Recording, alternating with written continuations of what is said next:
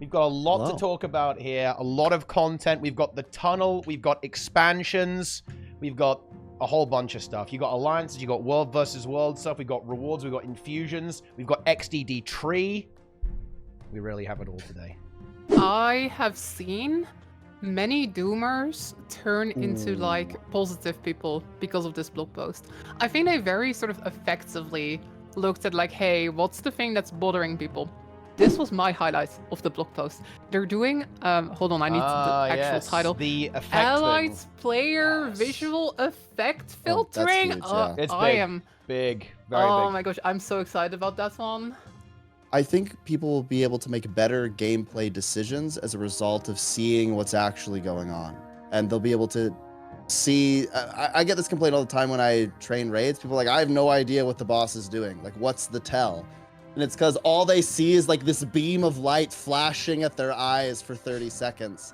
I will point out that you don't need to have a massive new map to add a huge amount of content to the game, right? There's more to that, like changing existing maps, adding more things to existing maps. That can be a lot of content, especially if the events and the boss encounters and so on are actually really high quality. Right now, I think rewards are very strange, and I think a lot of people would agree with that. So an update is very curious to me. They were so mysterious about that. They just were like, it's something to do with rewards, right? I don't think they said much else. What do y'all think it is? Boom. We are live. Let's here go. for tea time. Let's go. We've got a lot Hello. to talk about here, a lot of content. We've got the tunnel, we've got expansions, we've got a whole bunch of stuff. You got alliances, you got world versus world stuff, we've got rewards, we've got infusions, we've got XDD tree. We really have it all today. We absolutely do. And joining me today, it is Dark Sneb. He is in the Doom phase. He is not in the Doom in the phase. acceptance phase. He is full Doom on Guild Wars 2. I'm in the hit the gym phase. Yeah. Can that be a phase? That's got to be a phase. I mean, I guess it is. I'm in the gym phase. I did 10K yesterday. Wow. Yeah. Wow. Impressive. My feet actually hurt more than anything else. Yeah. They're all like blistered up. It's not good. Oh, I think the chat wants to see that. There's a lot of feet fans in the chat. Well, that's intriguing, but yeah. No. Yeah. Well, that's slightly unusual intro. We also have Lara here. Lara's returned. I didn't realize I had joined the TeaTime podcast. That's yeah. like Oh, TeaTime. Oh my gosh. That's a very different show. But Yeah. Lara said debate Sneb 1v1. I'm going to be taking a back seat here, actually. Lara, of course, on the side of happiness and joy and Guild Wars 2 believing.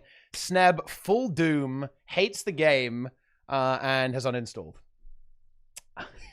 I'm in 4 instances of the game right now, by the way. He's multi-boxing. Yeah, because that's the only way that he can enjoy the game. He needs to like stimulate his brain with 4 times the Guild Wars 2. One Guild Wars 2, it's just nothing. He feels nothing anymore. He needs to be playing the game 4 times. Content. Yeah, 4 times the content, or it's just nothing. 4 tunnels no good. for Sneb, okay? Not just 1 tunnel, 4 tunnels. Does that work? Yeah. If you do Guile of Delves on 4 accounts, do you enjoy that now? So is that good enough? I don't know. I still haven't been there, by the way. Yeah, I still haven't been to. I was actually about to segue into that as a bit of a context setting situation. So, Sneb, you were a little underwhelmed, I think, by the recent update. Haven't really played it that much. Kind of waiting and seeing to see if anything's going to happen. Have you seen anything? I mean, the blog post dropped, and that's the meat of this tea time. You know, the meat and potatoes. Yeah. That was a big blog post, in my opinion. Very exciting stuff, especially if you read between the lines a little bit. Are you enthused? Do you read that post and go, boom, I'm logging in, I'm ready to go, I'm ready to blast? Well, I'm going to log in either way. I guess when I look at the big... Wait, you want me to address the blog post specifically? The blog post has a lot of exciting things coming up. Mm-hmm. I think it's interesting, though, because I am strange. I am probably in the minority, but I really enjoy instance content. So whenever I see one of these roadmaps, the only thing I care about is instance content. Ooh. I am very, very invested in that, right? I mean, I run a whole guild dedicated to putting people in teams for instance content. So I look at it, my understanding is there's some strikes coming up, there's a fractal or something. And that's cool. So that's what I'm most looking forward to. Also looking forward to reward changes, but there's a lot of kind of like vague, like this may happen at some point. Also excited for balance because balance changes the way that we play the game. It'll change all my team comps. I find it kind of fun to go into my static and go, okay, what are we gonna switch to? But yeah, I don't know. I like look every time I see world versus world, I want to vomit. Like every time. What? Every time it says alliances, I like vomit internally. It's okay because it's been a long time. Okay, I don't want to hear it anymore. I every time they say alliances, I don't care about anything other than when they're coming out. It nothing else matters to me. Maybe that's harsh, but at this point, I just look when it says updates on alliances or something. I just kind of roll my eyes and go, "Okay, when is it happening?" That's probably my harshest view, but otherwise, I think there's lots of stuff coming up. You know, I don't have like the weird thing for me is I don't have a super strong opinion about it. Maybe it's because I'm in the gym phase. But yeah, I just like I keep glancing over because I'm looking at the blog post. And before we started, I had to sort of remind myself everything that was included. You know, there on May 2nd we had the balance update. You know, we're getting the new content on May 23rd. The May 23rd thing doesn't super excite me. Specifically, I'm excited for others with it. I think that the fact because they talk about how there's adventures or something coming, right? Mm. Something like that. Yeah. I think that's really positive. I think that I wish that had launched with the game with EOD. But I think better late than never. It's good that they're going back and doing some of those things. I think making Gala Delves more explorable in nature, and they kind of touched on that. I don't know what that means exactly, but that is a good move as well, because a lot of complaints about Gala Delves was that it didn't feel like you could just go kind of explore it. And I guess there's the tunnel. I think the tunnel is like the most interesting psychological experiment of all time, and I'm curious to see how people react to it. But yeah, they're adding some skins. That's cool. I'm really proud of the ArenaNet for all of the updates they have done with regard to quality of life in the past year. I think that those things are really needed, and I think they even talk about how they're going to continue fixing and tuning up little things. But yeah, I don't really know how to feel. I just look, the reality is I'd be really excited if they came out and said, yeah, we're going to work on another raid wing, or yeah, we're going to work on a whole bunch of strikes and we're going to kind of fix them to be a little bit more in line with this path. But because I think that there's so few people that engage in those pieces of content, I just don't think it's worth it to them to go really deep into that stuff. So it leaves players like me who are definitely in the minority kind of going, like I wish this would happen, but I know it won't. Interesting. Yeah. The also, why did the game explode when the update happened? What's with that? There Why did actually, every meta stop working? There was some context on that. They actually did talk about that a little bit. Basically, it was because they're rejiggling a lot of the game right now. Because of some of the engine changes. There was a post on the forums about this. And it was exactly as I suspected. I kind of expected, like, why is the game breaking every patch? It's because they're modifying the engine a little bit, and that's basically that's the TLDR basically is what happened, right? Yeah, because this patch was actually really funny, the most recent one, because it actually broke almost everything in the game, because everything attached to a timer just stopped working pretty much. Very funny. I think my favorite, you enjoyed this one, so did you see that the Demos oils started spawning at like 80%? That's way earlier than they should do. What? Yeah. No, that just makes it more interesting. I'm actually okay with that. I think they should spawn it. They should leave that in the game. Yeah, it's good. CM. So I think hopefully that should stop happening at some point. But yeah, I think it's a really interesting time to be a Guild Wars 2 player, specifically a veteran Guild Wars 2 player, I think, because the past year, honestly, maybe even more than that, more than the past year, maybe even close to 2 years at this point, of the game's history, has essentially been righting itself. It's like a tortoise that fell on its back, right? And it's climbing back over. That's kind of what's a siege turtle, right? And now that's kind of what's happening to the game. They've had to do a lot of stuff like add season 1 back to the game. And I actually I think this is very cheeky. I think ArenaNet were in the blog post, they like listed off all the things that they added to the game over the past year. Basically like, hey, we actually were doing something the past year. Don't forget about that. Because I think when you're a veteran player, you're very fixated on new content. What's new? What's new? What's new? What haven't I played before? Give me new stuff.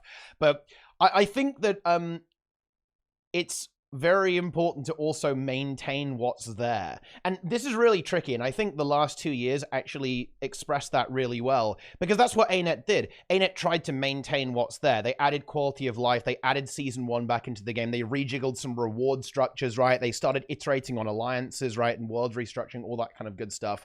But in a way, that doesn't, I think a lot of players aren't as excited for that as they are for new content, which is understandable. I'm not saying that's wrong, but I think actually it's really good to maintain the game and improve what's already there. Because I would say that if you ask players to complain about stuff, and who doesn't love doing that, I think one of the things that will come up a lot is that old content is neglected. Old content is left by the wayside and replaced. This is one of the major complaints, right? Is that Guild Wars 2 don't iterate. They just move on to something else and leave it in the dust, right? It's one of the major mistakes they've made during their development cycle. And now they're actually trying to fix that. But in a way, people are like, well, you only made Guile of Elves in 1 year? What the hell were you guys doing? Well, of course, that's not even remotely true, right? They were not only working on Guile of Elves, right? For of course all this time, right? Since End of Dragons, there's a lot of other things happening at the same time. So I think that was a really interesting part of the blog post. And the studio update, the roadmap, as it were, kind of catching everyone up to speed. And I think one thing that was really important as well, and I'm curious what you two think about this. Because one thing that was really happening, in my opinion, is people saw these job openings for Unreal and different positions. And people thought, oh no, it's over. Guild Wars 2 is dead. We're being ice-brewed Saga again. It looks like other projects have taken over. But this is a really fun thing in the blog post, of course, is ArenaNet said, yeah, there are more people working on Guild Wars 2 now. The team has grown, in fact. So even though they are opening other positions, the game is still very much going to be a big focus of development at ArenaNet there. But yeah, I think that was like the really interesting part of the blog post for me, was kind of clarifying some of the things and trying to really hit the community over the head. The first part of the blog post was the community management attempt. They were trying to manage what people are thinking about the game right now, and perhaps, dealing with some of the doom, trying to shut down the doom from the veterans, I think. I think they did a good job as well, to be honest. Like, I have seen many doomers turn into like positive people because of this blog post. I think they very sort of effectively looked at like, hey, what's the thing that's bothering people? Like, hey, the team being smaller, right? Are they moving over to Unreal Engine 5? Are they doing this other game? They addressed that one. They talked about the combat feature, which is coming in the next expansion, right? Mystery combat features. There's a lot of like doomering about that. Like, oh, is it just going to be some gimmick? They sort of addressed that. They addressed like they even went in and they went like, yo, are all these patches in the future gonna be like the Guile of Elves patch? I think the reality is just that they've been working on the expansion, right? We know that they've been working on an expansion for like a little while, and I think the reason that content has been a bit light with Guile of Elves, for example, is just because they're working on an expansion. And oh my gosh, just the blog post really sort of address the things I was scared of, and the things that I was like, oh gosh, is this gonna go well? I was even pretty doomer about some stuff. I was thinking that this combat feature would be like nothing, but they even like sort of like gave details to that. I think they were genuinely quite effective with shutting down the doom, and they actually did confirm the tunnel, right? Like that's been a whole thing. I was not a tunnel believer. I thought there was no way. But they even sort of went like, yo, we're doing the tunnel, but there's going to be also Avengers, it's going to be collections. I don't know, I'm really excited about this blog post. But like what you were talking about just now, Teapot, with like maintaining the game.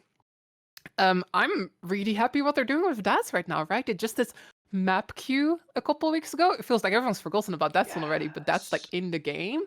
And they're also, this was my highlight of the blog post. They're doing, hold on, I need the actual title. The effect Allied thing. player Yes. visual effect Oh, that's filtering. huge, yeah. It's I big. am Big. Very big. Oh my gosh, I'm so excited about that one.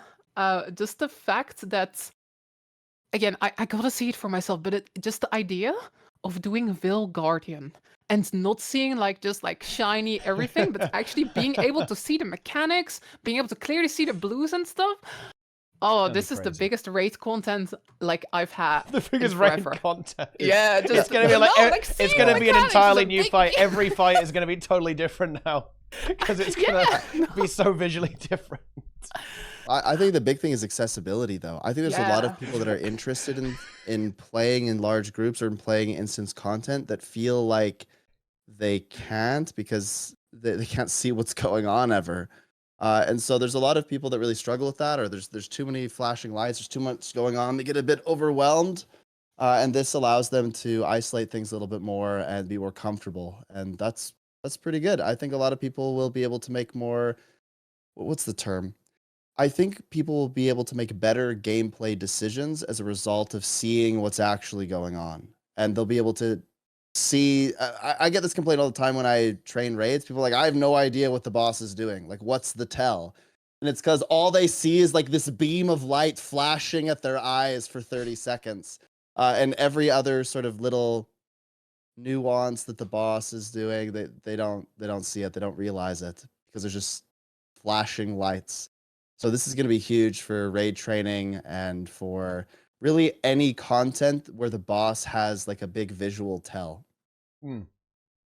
Yeah, 100%. I think so too. Yeah. No, actually, I do think there's some really cool stuff in there, and I do agree with you on the tunnel as well. I have to say, I was dreading the tunnel. I've even said on stream that I was considering not streaming or only streaming like a very short stream on the release and then just taking a couple days off, because I actually had a really negative experience with Gaia Delves. And you know what? Not because of the content. I had a really negative experience because of how negative everyone was. Like, my chat and just the general community, and, you know, the discussions, right? Like, a lot of the talking areas, like the forums for discussion around Guild Wars 2, were just brutal. It was like, oh, Teapot is horrible, it's terrible, you know, I'm uninstalling the game, I'm gonna play the game every day though. You can't do that, right? You can't do that, then they're all gonna come to my stream instead. Well, I need you to divert the doomers away from my stream. Okay, this is trust me, I'm okay with doomers. I think complaining and criticism, that's 100% good, but to be honest, it's a little bit tiresome sometimes. But actually now I'm leaning a little bit more towards the joy of the next patch. You know, I think some of the things they said there, that there's going to be, I mean, we're going to see how well this ages. This is the kind of thing that you've got to be really careful, okay? They have made the claim, ArenaNet have made the claim that the tunnel will contain a capstone event. These are fighting words from ArenaNet here. Okay, what does this mean? Better be a capstone event. It better be good. You know, it better be good now. They've hyped this up. But I actually do really love this. I hope we actually see this type of development practice in future updates as well. This idea of actually going back and fixing or updating old content. Like, one thing I think a lot of players pointed out that was very absent with Ender Dragon's release, and I think Sneb brought this up previously, is skiff races. Like, where were they, right? They didn't even really exist. But now they're going back to add those, right? They're adding adventures to Ender Dragon's maps as well. I think this stuff is really good, right? I like it. I like that type of approach to go back and fix things. Don't just leave it and abandon it. Go back and add more things. Because I imagine, in a sense, that's probably relatively easy for them to do. They don't have to make an entire new map. They can add new events, right? They can add new little adventures and things that you can go back and collect. Maybe some collections, right? Armor skins, weapon skins, whatever. All that kind of good stuff. I like this. This is actually very exciting. I will point out that you don't need to have a massive new map to add a huge amount of content to the game, right? There's more to that, like changing existing maps, adding more things to existing maps. That can be a lot of content, especially if the events and the boss encounters and so on are actually really high quality, right? And actually, I would use Gaia Delves as a good example of this. The map itself is actually cool. It's visually very impressive, I think. I think it's very atmospheric. I like the siege event as well. I think that's actually pretty cool. I think there's some interesting coordination there, right? You know, looting all the chests. You got the fishing on there. There's a lot going on that map. But why did people find Gaiola Delve so underwhelming? It was almost entirely because of the boss encounter, right? The boss encounter actually hugely swayed the opinion on that map. So people kind of ignored all the other stuff. They're like, oh yeah, it's trash. The boss sucks. So just think about that, but the other way around, right? If you have a really good boss, maybe the map doesn't have to be like a massive thing. Maybe you can just add a tunnel to the map, and it can be really exciting and a lot of fun. So I'm actually feeling pretty good about the patch. I don't think there's going to be much story content, and I think that is probably going to be a central point of critique, which is fair enough, obviously, in that regard. But I think the actual repeatable stuff, like the repeatable content in the open world and so on, I actually have pretty high hopes, actually, for this. I have some pretty high hopes. And it is the final story with Ender Dragons. I think this was confirmed in the blog post. So that does mean that, in a way, this is it, right? We're going to be going on to whatever's coming next, which, I mean, well, we'll probably get to this later, but I think we could be getting the expansion a lot sooner than we actually might think. And I wanted to add something that Lara said. Lara said that they're working on the expansion, and that's true, but it's more than that. They're already working on the quarterly releases, right? And that's an important point to bring up as well. They really want to ensure a very smooth transition of content immediately after the expansion. So finishing off EOD, going into, I don't know, end of development, next expansion, right? Okay, and then immediately going into the corner releases after that. Very exciting stuff, I think. If they can pull this off, it's definitely a big deal.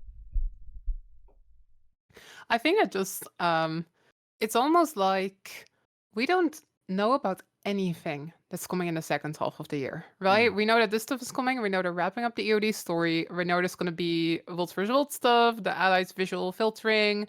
And there's going to be a fractal. I'm actually quite excited about that. New fractal sim for the first time in like 2 years. That's going to be kind of awesome. Unfortunately, I'll be on vacation when the normal mouse comes out. That is a little bit unfortunate. But after that, there's nothing really left, right? Like, they said that this is the final EOD patch. And they keep talking about how their whole goal here is to make sure that we don't have these long content droughts. They keep talking about, like, we don't want to do this thing again, where, like, before EOD, there was this sort of, like, there wasn't much coming out for a long time. So that makes me think that, like you're saying, the expansion might be a lot closer than we might think. I was thinking, like, early next year, but I'm really thinking it will be this year now. Just because it doesn't seem like there's much lined up for the second half of the year at all, right? It seems to be this is it, and then there's nothing. And really, story-wise, we know the next thing is going to be the expansion. So for me personally, looking at stuff like instance content, we know there's a fractal coming with a challenge mode. That expansion is going to have 2 new strikes. So right now it might feel like, oh, instance content, there's not too much happening, right? Like, Sneb, you just talked about how you read the roadmap and sort of scanned it for, like, where's the instance content. I think it's right around the corner. Again, I might be being too optimistic here, but I guess it's not, you've talked about how you have a different opinion on strikes versus raids and all that stuff. So I guess it might not be exactly what you want, but I don't know, personally. The strikes are fine. It's just, they're. I don't want to go into the strikes versus raids debate, okay. really, but they are different. There is That's a true. pretty big difference. I think that if they made raid wings, but they made it so that you could just go to certain bosses, that people would probably be happy with that. It would be like the perfect medium. But I also recognize that they made strikes to sort of try to rebrand instance content because everyone has this perception of what raids are. So I'm fine with strikes. Strikes are okay, and I think that if they keep going with them, that they'll eventually get better. I think so too. And I don't know, that makes me excited. The fact that we know fractals on the menu, strikes from the menu. There's gonna be a little patch now, right, to finish up Gaiola Delve, but after that, really, as far as I can tell, we're just getting kind of exciting instant stuff. Now, the big thing is this for me. I was really excited about the new sort of like expansion formats, right? You have these expansions, you have 2 maps, you have 2 strikes. New map comes in later, CMs come in later, Fractal comes in later. In this blog post, they confirmed a lot of stuff about this. I believe it's the first time they actually mentioned yearly cycle. They've mentioned that, like, you know, they wanted to do this expansion cycle and put out these expansions, but they've actually said yearly in the blog posts. Ooh. I think it might still be a little bit longer, but they've mentioned the word yearly. And the other thing for me was that I felt like, yo, there's going to be content, but I don't think there's going to be a lot of, like, sort of systems, you know, stuff like elite specs. But in this blog post, they very specifically talked about, you know, they sort of wanted to address, like, are there no elite specs coming? They very specifically mentioned that they have this sort of like combat features, and they specifically mentioned that they want to basically like lift restrictions and add more tools. It really sounds like it's going to be a lot bigger than I expected. So for me, this expansion has gone from like, oh, yo, we're finally getting some more maps and some more strikes.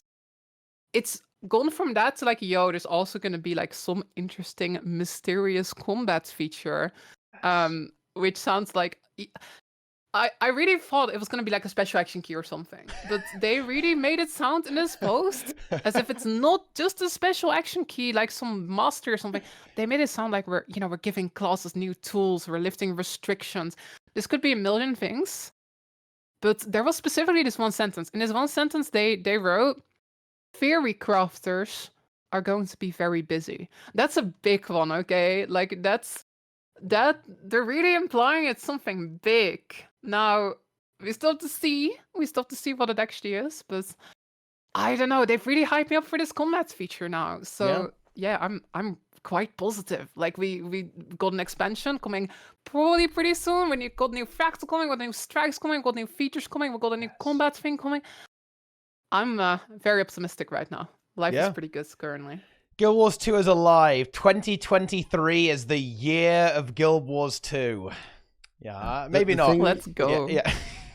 Oh, yeah, go ahead. The thing that really has me excited, though, are those core updates. Like you kind of alluded to before, going back and sort of fixing old content or making older content, older maps more relevant, more interesting, whatever. I actually think that's a really important part of the game, but it sort of spreads people out. Otherwise, certain maps eventually shrivel up and die because there's no reason to go there anymore. Everyone's completed all the achievements, et cetera, et cetera. That's why the return to achievements were really, really cool. Yes. It's because it spread people out again. It sort of said, okay, go here, now go here, and it's kept people going to those maps. I think the number one most important thing on that roadmap, shout out to Roy, is that reward update. I think that is going to be huge because that completely changes the way that people will engage with the game or engage with rewards in the game. So potentially, the way that you engage with events and maps and gameplay will all change. Right now, there are... I always laugh when I say this because I think it's really strange, but it makes sense, but it's very strange. There are squads that will do like Living World Season 4 meta trains, and they will instruct everyone in the group to take off all of their armor and just put on like tagging stuff so that they can do less damage to get more rewards. What? I often wonder if they change the way that rewards function, would that be necessary anymore? Maybe it will, maybe it won't. I don't know. I just think it would be very curious to see how suddenly things get updated and changed to change the way people engage with rewards. Right now, I think rewards are very strange, and I think a lot of people would agree with that. So an update is very curious to me. They were so mysterious about that. They just were like, it's something to do with rewards, right? I don't think they said much else. What do y'all think it is? Like I've seen some people say like reward tracks per map or something. I've seen some people talk about like reworking the dailies and maybe bringing back monthlies and stuff like that. I've seen some Do y'all have any really good ideas? theories on this. Nike was mentioning karma, which I think is actually a pretty good call. Because karma was originally supposed to be super important. If you look at the core game, right, the way it's set up, they really expected you to use karma to get gear, to buy little, trinkets on your way while you're living. They really expected you to do that. Didn't work out that way at all. Nobody cared, right, whatsoever, which is kind of interesting. But I think that's a pretty good shot looking at karma. I do think that my money is on some kind of I don't know what you'd even call this.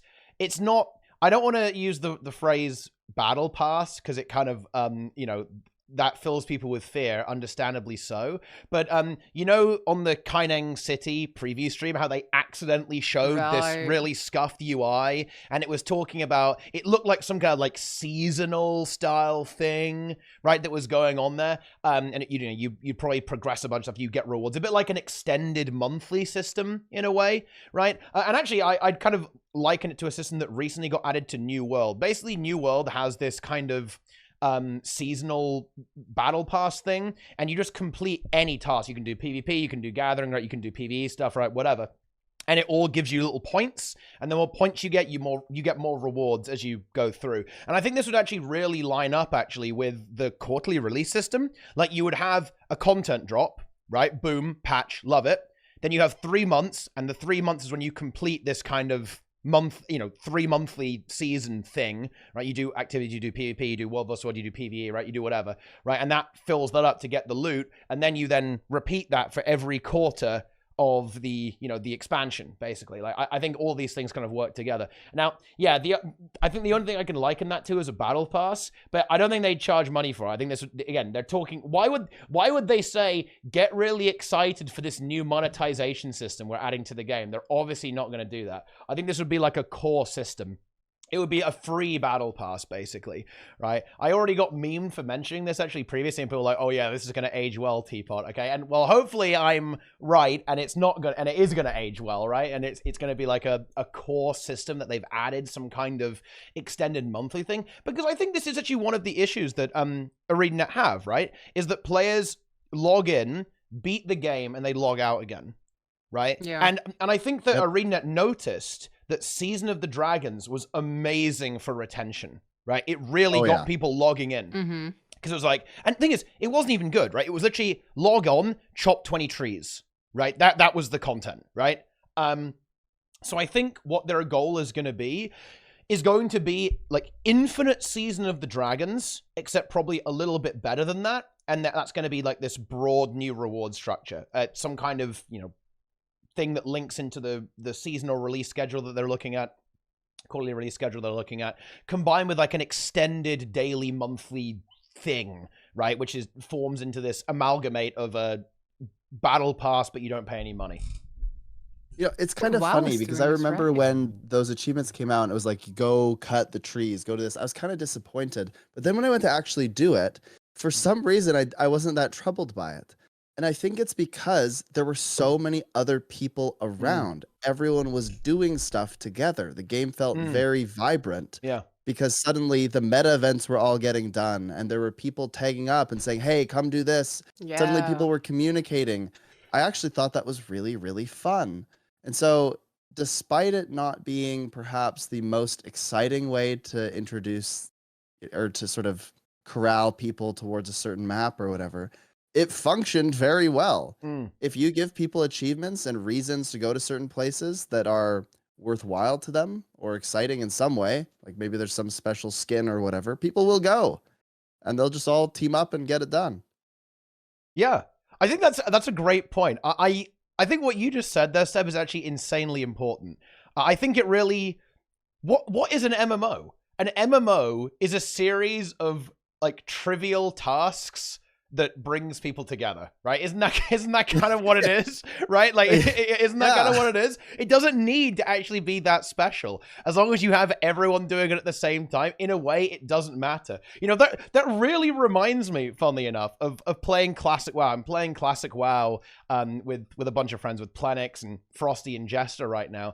And yeah, the quests in that game are literally go and kill, 20 kobolds, right? That's your job. Is you got to go get those kobolds, and you go through a dungeon and it's like 20 packs of trash. It takes you like an hour to get through all the trash, but it's fun because you're playing with other people and you're all doing the same thing and everyone's there and it's alive, right? There's a huge amount of people playing the game all doing the same thing as you. Like, this is in a way a core part of the MMO experience. You have a series of tasks that are essentially just banal, trivial tasks. Everyone's doing them at the same time, and it's a very social and fun experience. It's a remarkable part of the MMORPG genre, is that it doesn't have to be that good, right? It just has to have lots of people involved. the experience. I think an If you go back important and- point here is that, like, Yeah. I think that's with a relatively small amount of work, they can create like sort of hours of entertainment for the veteran player base. Right? There will always be people that are just gonna log in, do the story, and log out, and that's fine, right? But there's some of us, and we really want to just sink in like hours and hours and keep playing and keep feeling like we're progressing. Honestly, I think that legendaries are basically the core of like why Guild Wars 2 is as successful as it is 10 years later. You know, this game has been running for 10 years. That's rather impressive. I think if that legendary grind didn't exist, I think that the game would be much, much worse. In a much, much worse state. Just because people have like this long-term goal to work towards, right? So I think just, again, with a very tiny amount of work, like this sort of pseudo battle pass thing, again, it's sort of got these negative connotations, doesn't it? Yeah, they shouldn't call it that. They shouldn't call it that. They should definitely not. I think WoW has done that recently, and they're calling it the trading post or something like that. They sort of very deliberately dodged that word. But I don't know. I do think sort of that is one of those systems that would not require that much development ever. It could just be like, yo, this week we're all gonna play Desert Highlands or something, or this week we're all gonna do this fractal or whatever, right? It could just like focus people at the content that's there. There's a lot of content in the game that people just kind of don't engage with, right? Because there's not much of a reason to do it. I think that's why Season of the Dragons was so good, because I wasn't going back to the Season 3 and Season 4 maps very much. But then you were. But then Season of the Dragons gave me a reason. I was like, wow, this is actually pretty cool content, right? I think just a little bit of direction, system like that could be super awesome. 100% agree. Yeah, and I think they already have something like this. Like they have, you know, the boss rush stuff and the fractal rush content they did, the world boss rush. Yeah. I would love to see rotating events like this. They had this in Guild Wars 1, of course, right? You had the double point weekends for various areas of the game where you get more reputation points, right? Et cetera, et cetera, et cetera. Yeah, this is super cool. And it works, right? Do you guys see how many groups there were in the LFG for core world bosses during the core world boss rush? It was insane, right? You had like 10 groups doing Shadow Behemoth, right? Like, when does that ever happen? It's crazy. I think adding stuff like that into the game on like a rotational basis that kind of took you to loads of places around the world and everyone's like zerging it down. Yeah, stuff that's really fun, I think. And yeah, you could also apply that to World vs. World and PvP. They kind of have that, right? With the World vs. World bonus weekends, right? PvP, like Call of the Mists, all that kind of stuff. I think that type of system is really cool. And I think they could really lean into that even further as part of this. We don't know exactly how extensive this core reward rework, whatever they're doing, actually is. Maybe we're overhyping it. But yeah, I think there's some really cool stuff they could do to drive some serious engagement. But go ahead, Sneb, by the way. I think you were about to... Yeah, no, I'm just excited about stuff. Yeah, in my opinion... We got him, Lara. He's back. Yeah, they should schedule those, the fractal events, the world boss events. They should schedule all of those things in between every other content drop, so that there's constantly something going on. Having weeks where there's nothing feels weird. And something as simple as just like, hey, it's boss rush. You know, you're going to get a few extra rewards if you go and try killing the world bosses. All that does is make the community stand up and go, hey, we actually are the ones that really like the core world bosses, but few people ever do them. This is a chance to get people excited about them. Then they go and they do it, and then they post stuff on Reddit about how fun it is. And it's just an overall positive experience. The thing last time that I remember there was a world boss rush, there were people on the Reddit that created workouts for in between the world bosses. Because you know how oftentimes you're kind of waiting for the next boss to spawn? They created a workout system, and then different commanders were going and saying, all right, everybody, 10 push-ups. I don't know. I just think that's kind of like unique, funny, and interesting. And you don't get sort of community involvement like that without sort of pushing people in that direction. I also wanted to mention doing it, right? Like I think the last time they did it was before End of Dragons even. Oh yeah. It's been over a year and a half, I think. Well over a year and a half. I don't know the reasoning why. I'm wondering if it hurts the economy or something, but I think it's quite fun. I also wanted to add about the return to achievements. Like I'm literally going to read the achievements just so the chat understands, or people that maybe aren't familiar with what they are. Harvest plants 15 times. Complete 15 events. Mine ore 30 times. Yeah. Complete the story mission 1, good. story mission 2, story mission 3. Use the diving location. Chop down 30 pieces of lumber. And then the rewards would be like mystic coins, unbound magic, a special weapon skin, and like a whole bunch of map currency. And that map currency could be used for ascended items and stuff. It was really quite, I remember reading this and being like, that's it? Like, I thought they were going to add something new and exciting. But it didn't matter at all. People just went to the map. And because people went to the map, all the stuff that they'd created for the map was being utilized. And when that was being utilized, it made it more fun. It made it feel alive. People actually did the meta. And the one piece that I really want to hit on here is that it brought veteran players and newer players together in the same place, which is a big community building opportunity. You had people that had never experienced these maps before playing with people who had, and they were sort of coaching or mentoring them through. And suddenly people were joining guilds to get content done, and that led them into other pieces of content, and that builds retention. So people were sticking with the game because they found other people to play with. I feel, and again, maybe this is a veteran bias, but I feel like a lot of new players, they struggle to just kind of find their people. They join and, maybe there are other people around them, but it's not necessarily super social. And the first really big, impactful event might be where they run into a guild doing a meta, and suddenly it's really organized and exciting, and they're doing something that, seems like they want to be a part of it. But otherwise, everything kind of feels like you're in a room full of you're alone in a room full of people. And some people really enjoy that, and that's fine. But I think the thing that really keeps people sticking with Guild Wars 2 is when they make those bonds, and things like these achievements, things like the World Boss Rush, the Fractal Rush, those are where players come together and make things happen and build relationships. It's well said. Yeah, I agree. Like getting players to actually engage is probably one of the best things that ArenaNet can do. I imagine that players who stick around probably end up joining guilds, right? And have a slightly more social experience because it really does help with understanding what to do. Like if you're completely on your own, just surrounded by people milling around, you might think, what on earth is going on here? I have no idea what to do. But I imagine if players get into a guild, they probably retain better. They probably have a fair bit more fun, and they probably spend more money on the gem store as well. Ooh. That's You it. gotta need friends to use the multiplayer chair, Yes, and the multiplayer adventure, right? I think that they're adding like the Siege Turtle 2-player adventure coming out, which is pretty funny. I'm curious what that's going to be. They said anything about that?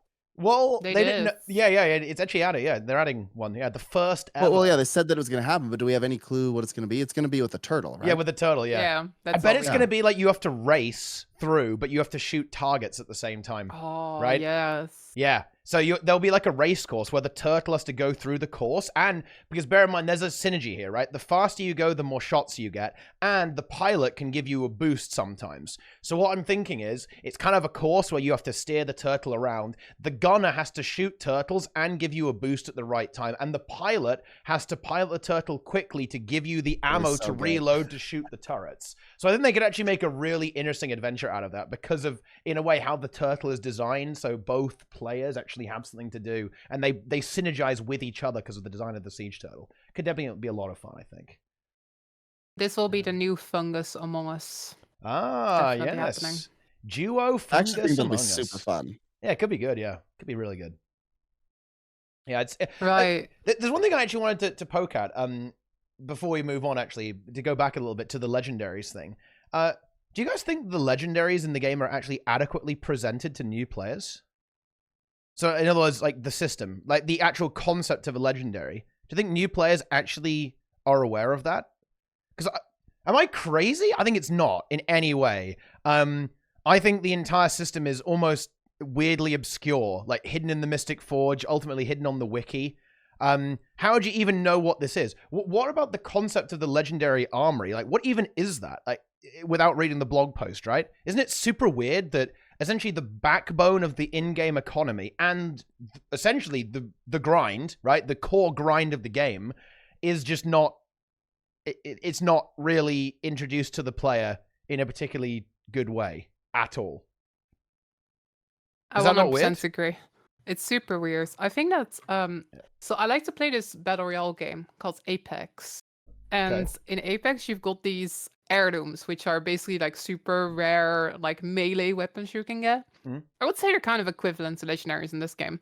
And they show these off like constantly. There's like a screen in the store where you can like see all of them, and they're like showing them off, and they're like, yo, you want these, right? And they sort of like tease them all the time. I feel like Guild Studios need something like that. I think they just like need like a page where you can see all the legendaries, and like as a new player you click and you go there and you're like, oh shit, I really want to get that one. Because right now, sure, you can preview legendaries, right? They're like in the wardrobe preview menu somewhere hidden in there, right? But yeah, just I feel like they need to show them off a bit more. I think there's a lot of people that don't even know like that there might be a legendary that they might be like absolutely in love with. But that's just like one part of it, right? There's also the part of like how do you even craft them? That is like kind of a mess, isn't it? Like there's different generations, they're all like different. I remember this when I was like a new player. I was like intimidated. I was like making plenty of gold. I could have made a couple legendaries, but I was just like, so I went to like the wiki page and I was like, oh my gosh, I don't even know where to start. This seems like massive, like a huge grind. I'm not sure how they could fix that though. I'm not sure if you could like make a legendary tutorial or something, but not to like change the topic entirely, but I still think Guild Wars 2 really needs a quest log. You know, like we've got all these collections and stuff, and I think it's all very convoluted and very strange, especially if you're coming from different games. I think just having a very clear, like, the quest for the legendary, now you gotta do this, now you gotta do this, now you gotta do this, I think would be a massive improvement. And that would be something that I'd love to see, you know, this sort of like core game improvement team take a look at one day, but I don't know. I'm not sure if it's realistic because it's such a large part of the game, right? Reworking, like making crafting legendaries more clear. Well, what do you mean exactly by quest log? I'm not sure I exactly follow. I mean, that's basically like, not as much in Generation 1. For Generation 1, it's like optional, right? But for example, a bunch of the Generation 2 legendaries, they've got this massive collection, right? And it's like, do this step, do this step, do this step. It's really just sort of a quest from a different game. Like, you've got a couple of like goals, and it doesn't just go for legendaries. There's a bunch of like collections that are basically just like quests hidden in the collection UI, right? And I think it's kind of an issue in general because, like, for example, EOD had a bunch of like really interesting collections with like story and voice acting, right? And they're just like hidden in the achievement panel somewhere.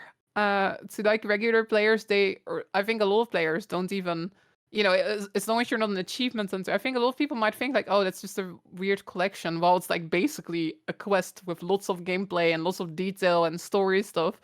But it's just like hidden in this tiny little achievement panel. Basically, I think ArenaNet is hiding too much in the achievement panel. It's like, yo, we need a way to do this. Put it in an achievement panel. Put everything in there. Oh, yeah. Pretty much. Like, ArenaNet realized, they were like, okay, we're going to have a game with no quests. But then they realized, hang on a minute, that's actually a bad idea. So they put it all in collections in the achievement panel. But then it's a very scuffed solution. And I think I'm going to explain why with a classic example that many of you have probably experienced.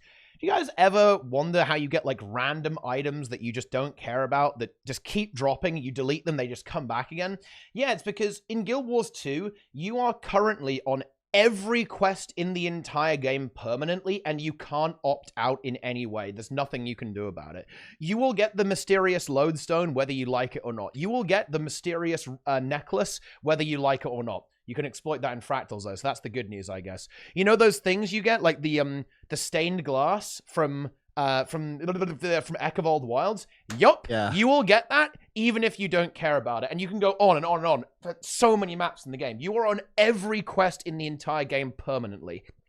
This is obviously extremely undesirable because that wasn't really the intended function of the achievement panel. And of course, yeah, it's annoying to track because it doesn't really express it to you super well. It's like a series of achievements that you have to basically complete, but it's not very good. It doesn't really give you very good clues. It's hard to actually contextualize that, like on the map where it actually is or what it wants you to do next, right? All these things are very, very weird with the way that it is. I think that entire system could be 100% reworked into something a lot better that allows users to pick things and go for them specifically in a way that's much better than it currently is right now, for sure. It's definitely a frustrating thing when you're trying to create things or even figure out what you can do, because you're just going to get listed with like 10,000 different options. And it's weird. It's very, very weird. It's very unusual. It's not good as it is. It's not good.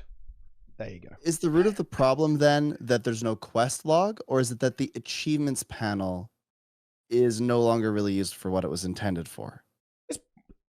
That's kind of like both. It's kind of both. That's kind of like both ends of the same problem, I think, right? I think the achievements panel is being used for something that it wasn't intended to be, and it's being used as a quest log, but it's not really supposed to be a quest log. Yeah. Right? I have a really hard time engaging with the achievement panel because it has become so bulky. There are so many achievements, right? Dailies used to just be like, there was just, a couple dailies. Now there's daily strike mission, daily fractal, daily end of dragons, daily iceberg saga, daily living world season 4, season 3, daily sunken treasure hunter. And it just goes on and on. Like there's a lot of scrolling, you know? And isn't this one of the panels that you like can't expand? So you have to scroll. Like my mouse wheel is getting a workout here, like it's quite a lot. And one thing I really struggle with, I don't know if other people struggle with this, is I'll be like, oh yeah, I want to go after that achievement, but I'll forget to toggle it. And then I can't remember what it's called. Then I have to go through this like exploration to find that specific achievement. And I actually would venture a guess that a lot of people don't know that you can even track achievements by pressing the little eyeball.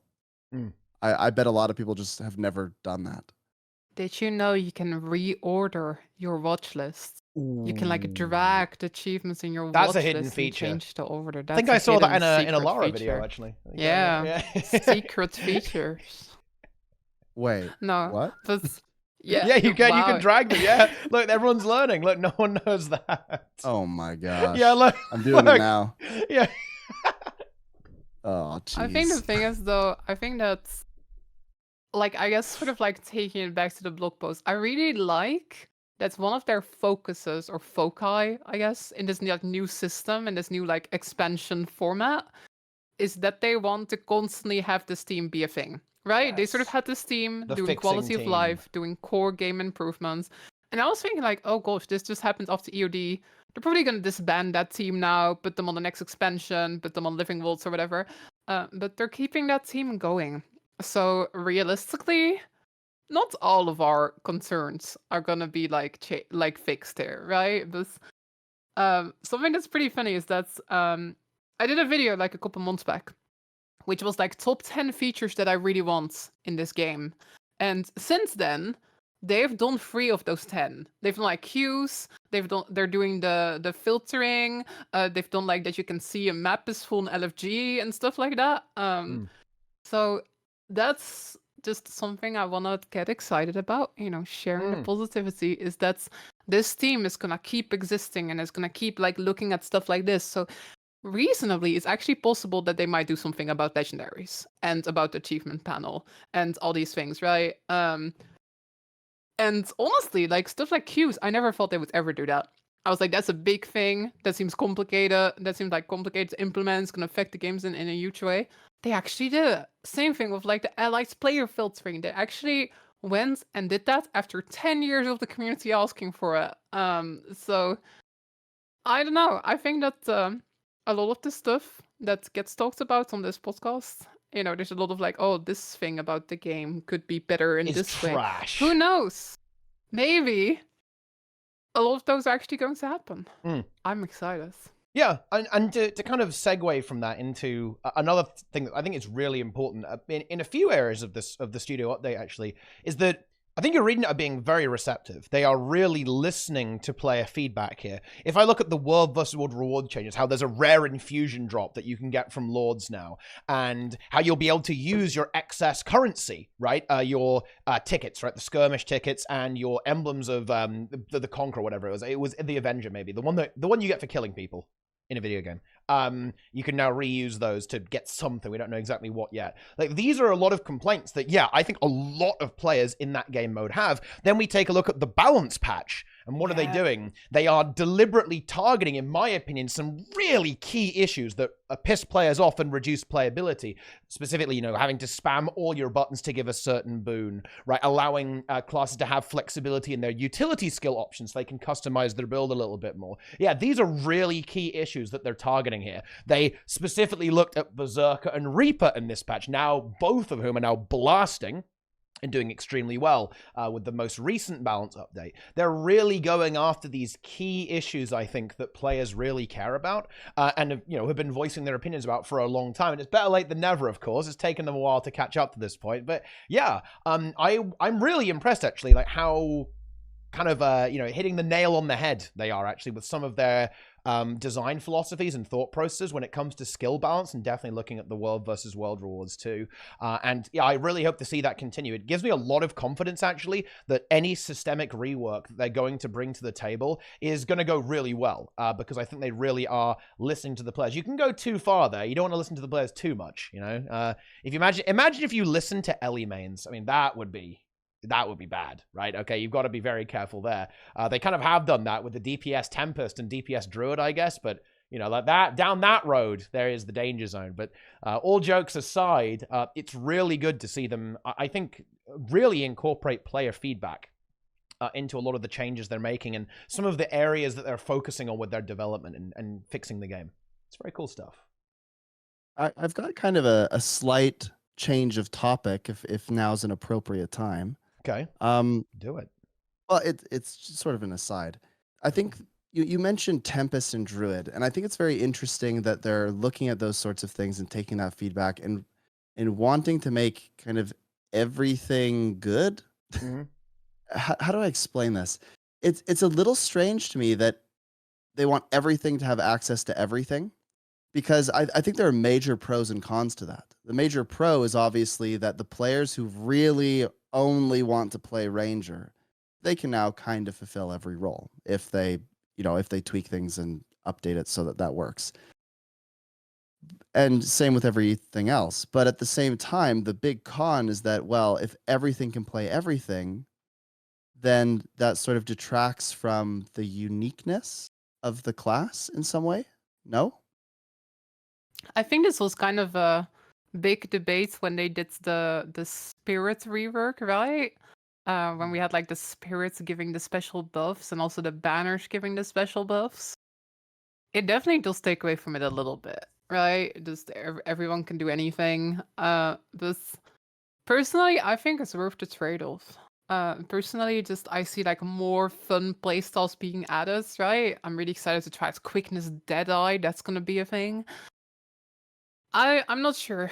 I think there will always be some things that might not be too much of a thing. Like heal warrior isn't really a thing, right? Heal mesmer isn't really a thing, but maybe that's why the combat features. Oh, I'm like completely going off topic again. But yeah, I kind of want to talk about the combat features a little bit more. So don't worry, we can go back to that. Yeah. But no, I know what you mean, and I think the way I would put it is, I think it's good actually that every profession can do every role. We've got right now. What have we got? We've got quickness heal, a lack heal, quick DPS, a lack DPS, then full DPS.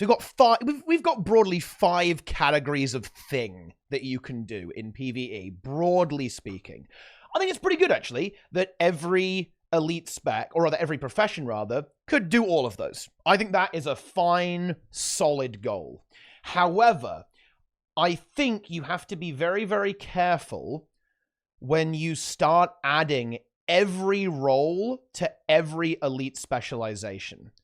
Because I think that is where you can start making things very boring. I think a really good example of this would actually be the way they changed Scourge. So what they did with Scourge, and Firebrand to an extent as well, they tried to say, okay, well, we want Scourge to do more damage, so we're going to obliterate its defensive capabilities. And even though it's still very powerful, in a way they made Scourge boring, right? They said, okay, if you go full DPS, now you're just a DPS class that applies like a tiny amount of barrier, right, about the place. And it turns out that is very, very strong, still even with the current numbers. But in a way, they made it boring, because now you're just another DPS class. You're Green Weaver now, and that's what Harbinger is, right? Like, congratulations, you're Green Weaver. And I think elite specializations should be specialized, right? Instead of having, oh, you can play DPS here, oh, you can play like a heal build here, oh, you can do this here. I think it's really good to have a vision for an elite spec. Oh, Scourge is an offensive, like a DPS build that has support attached to it. I think that's really good. It's like a conditioned support hybrid thing. Right. Same with Firebrand. It's kind of a Condi support thing baked into one that's got a load of defensive toolkit, but it doesn't do super, super high DPS, right? Attached to it. Because otherwise you end up in the current situation where you are right now, where you end up stripping away everything from the class unless you specialize into it really, really hard, which leaves you with this kind of unsatisfying build, I think, that is really inflexible with the way that you can actually play it, which I think is quite counter to the way Guild Wars 2 is designed. So I'm definitely in favor of allowing every profession to perform all of our broad roles, even in other gamers. So I think it's really cool to have options for team fighters and roamers, right, in PvP for every different profession. I think that's great. But I think you have to be really careful with trying to cram all of these roles into one elite spec. And the word of caution would definitely be Harbinger. Harbinger, in my opinion, is super boring. Because like, oh, I guess this is the power damage line. Oh, I guess this is the Condi line. Oh, I guess this is the quickness line. And unfortunately, you end up with this thing where you don't really have any choice or flexibility. You're totally pigeonholed into playing exactly these traits and exactly this setup if you want to do this thing. Whereas I think that you can have a design in something like Tempest or Scourge where you have loads of cool flexibility. One thing that I really enjoy about Tempest right now is that you can be like a DPS build that's got a bit of support on it. You can give alacrity. You can be a healer. It's all the core idea. It's kind of a defensive build. It's a defensive support style build is what Tempest is. But you can kind of get some damage in there at the same time. That, I think, leads to really interesting theory crafting and different builds that you can come up with, as opposed to having, okay, this is the damage line, this is the healing line, this is the alacrity line, right? That type of stuff, I think, really detracts away from some of the interesting parts about the game. But there you go. That's my elite specialization rant there for you. Enjoy. Yeah, I think, didn't they mention something about making some of these classes a bit more fun to play, or sort of reducing the strain on utility skills? Because I actually think that's where a lot of this problem comes from. It's like, okay, well, if you want to play Quickness Harbinger, it's time to become the Elixir machine, you know? Or, oh, if you want to play Quickness Scrapper, it's time to bring every gyro possible. And I actually think this is maybe where I'm a little bit concerned, is we need that to change in order for it to sort of make sense. Like, your utility skills need... How do I explain this? Your utility skills matter a lot, and the classes that have the most flexibility with providing the boon and being able to change their utility skills are easily the most powerful. Take a look at Mechanist, right? Mechanist, you basically provide barrier for free with your mace, but then if you want, you can provide a little extra with barrier signet, but you also have a teleport, and you can bring more CC. Like, this is just, it just makes it so good. Whereas suddenly, if you're playing Tempest, the way that your rotation works is very prescribed. You're less reactionary. You have to hit your overload at certain times or you are going to mess up, and your overload kind of takes a bunch of time away from your reaction. So it still works, it still functions, but yeah, that's a big problem. And then if you want to do any healing, you have to bring some shouts, right? Yeah. Otherwise, you're kind of in trouble. They very specifically talked about this in the post. Which Healing and is, boons. yeah, they very much went like, yo, we want to sort of go away from like just spamming. You have to take all these specific utilities and just press them off cooldown. Like, there's no, I 100% agree with you. There's like no reactive gameplay in that, right? Basically, your utilities just disappear and basically just become you press them off cooldown to give your boon. And it makes me very happy that they have identified that, and they have specifically said in their post that that's something they want to move away from. I Yeah. think it's going to take a while though, but I'm just happy that, you know, the balance team seems to be in tune with that. They are hearing us criticizing this CMC. specific thing, right? Yeah. Yeah, you know, 100%. I think it's also worth noting that this is not just a playability issue, it's a balance issue. If you look at the builds that do well, it's the reactive ones. Just a little aside there. Being able to react is very powerful. It's one of the most important things that you can have. It's why builds like Heal Firebrand, Mechanist do so well, is because you are very flexible with how you can apply your boons, with how you can actually play the game. That gives you a huge advantage over elite specializations that are less flexible in what they can do. It's just kind of worth noting. That's very, very important to note, I think. It's not just we're complaining about how it works. It's actually also a very important part of balancing the game is playability. Playability is super important. Yeah, I think it's a balance nightmare if you're going to try to remove that, right? Like, I think about Scrapper, right? Everything is basically tied to the gyros when it comes to quickness. So if you were to change that, in my opinion, one of the best ways to fix these problems is to tie things more to your auto attack chain, like the mace with Mechanist. Being able to provide alacrity with your auto attack chain makes it so much easier to provide that thing. Now, granted, balancing that is going to be wildly difficult. Because if you make it too easy to provide the boon, then people just won't bring any boon duration and they'll deal mega damage still. But yeah, having everything tied to your utilities or only being allowed to bring certain utilities makes gameplay really boring. Yeah. Excited to see that shift. We'll see how it goes. Yeah. It is exciting indeed. Do we want to talk about what we think is going to happen with the new combat feature, by the way? We kind of skimmed over it last time. Sure. I have a few theories, but I almost want to let you two unleash before that. I want to know what the chat thinks. Chat, what do you guys think is happening with the combat feature? They're saying special action hotkey.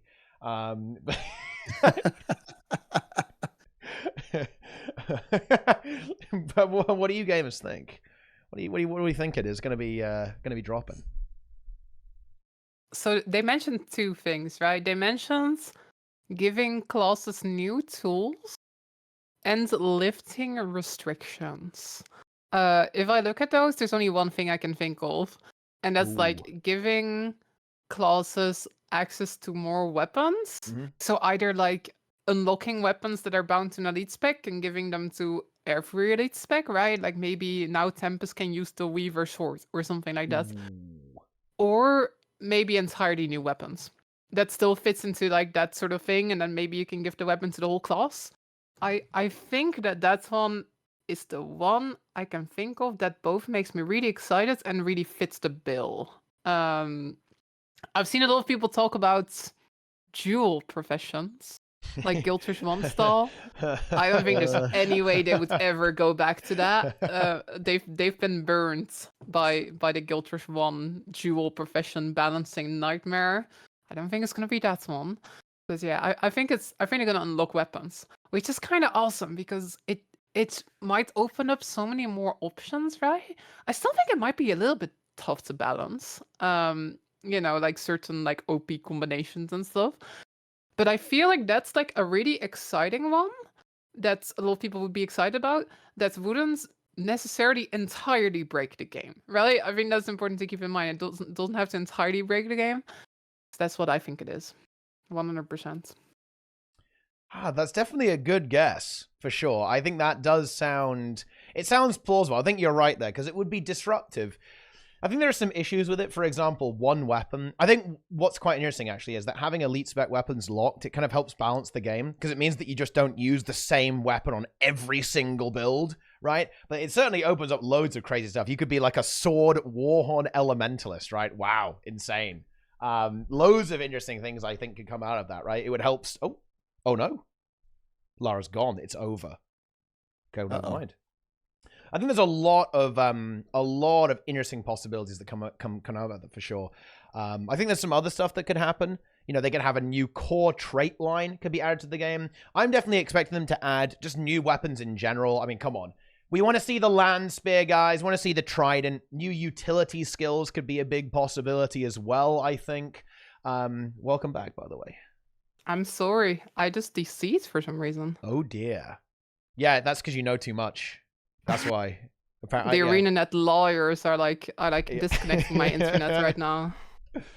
What do you think, Sneb? What do you think is going to be going down with the thing? Are you expecting a special action hockey or what? I'll just run through a bunch of things that I think could happen, and maybe they're pros and cons. Because I honestly have no idea. I think about weapons, right? You could add a new weapon for each class, but if you do that, is that just for core? Is that like trying to revitalize core in some way, or is that for everything? If that's for everything, that is a major balance issue. Imagine adding a new weapon to every class that affects core and then 3 elite specializations each. That is a ton. I don't know that it's possible to do that without absolutely breaking balance. For core, I could see it kind of working because essentially you're making core into its own elite specialization again or something. Saying that core gets a specific weapon. I actually think that could kind of work. But again, balance would be really, really hard in that situation. If you had a special action key, I think the entire community would implode. It's over. Yeah. That's doom. That's pure doom if that happens. That's not happening, though. There's no way. It can't be a special action key. Come on, right? Like, if they're going to say combat features, it can't just be the nuke from Icebrood Saga, right? There's no way. So I don't think fairy crafters are going to be busy, right? Yeah. It's not going to be big. fairy crafting. Pressing a button isn't fairy crafters being busy. There's no way, right? There's no way.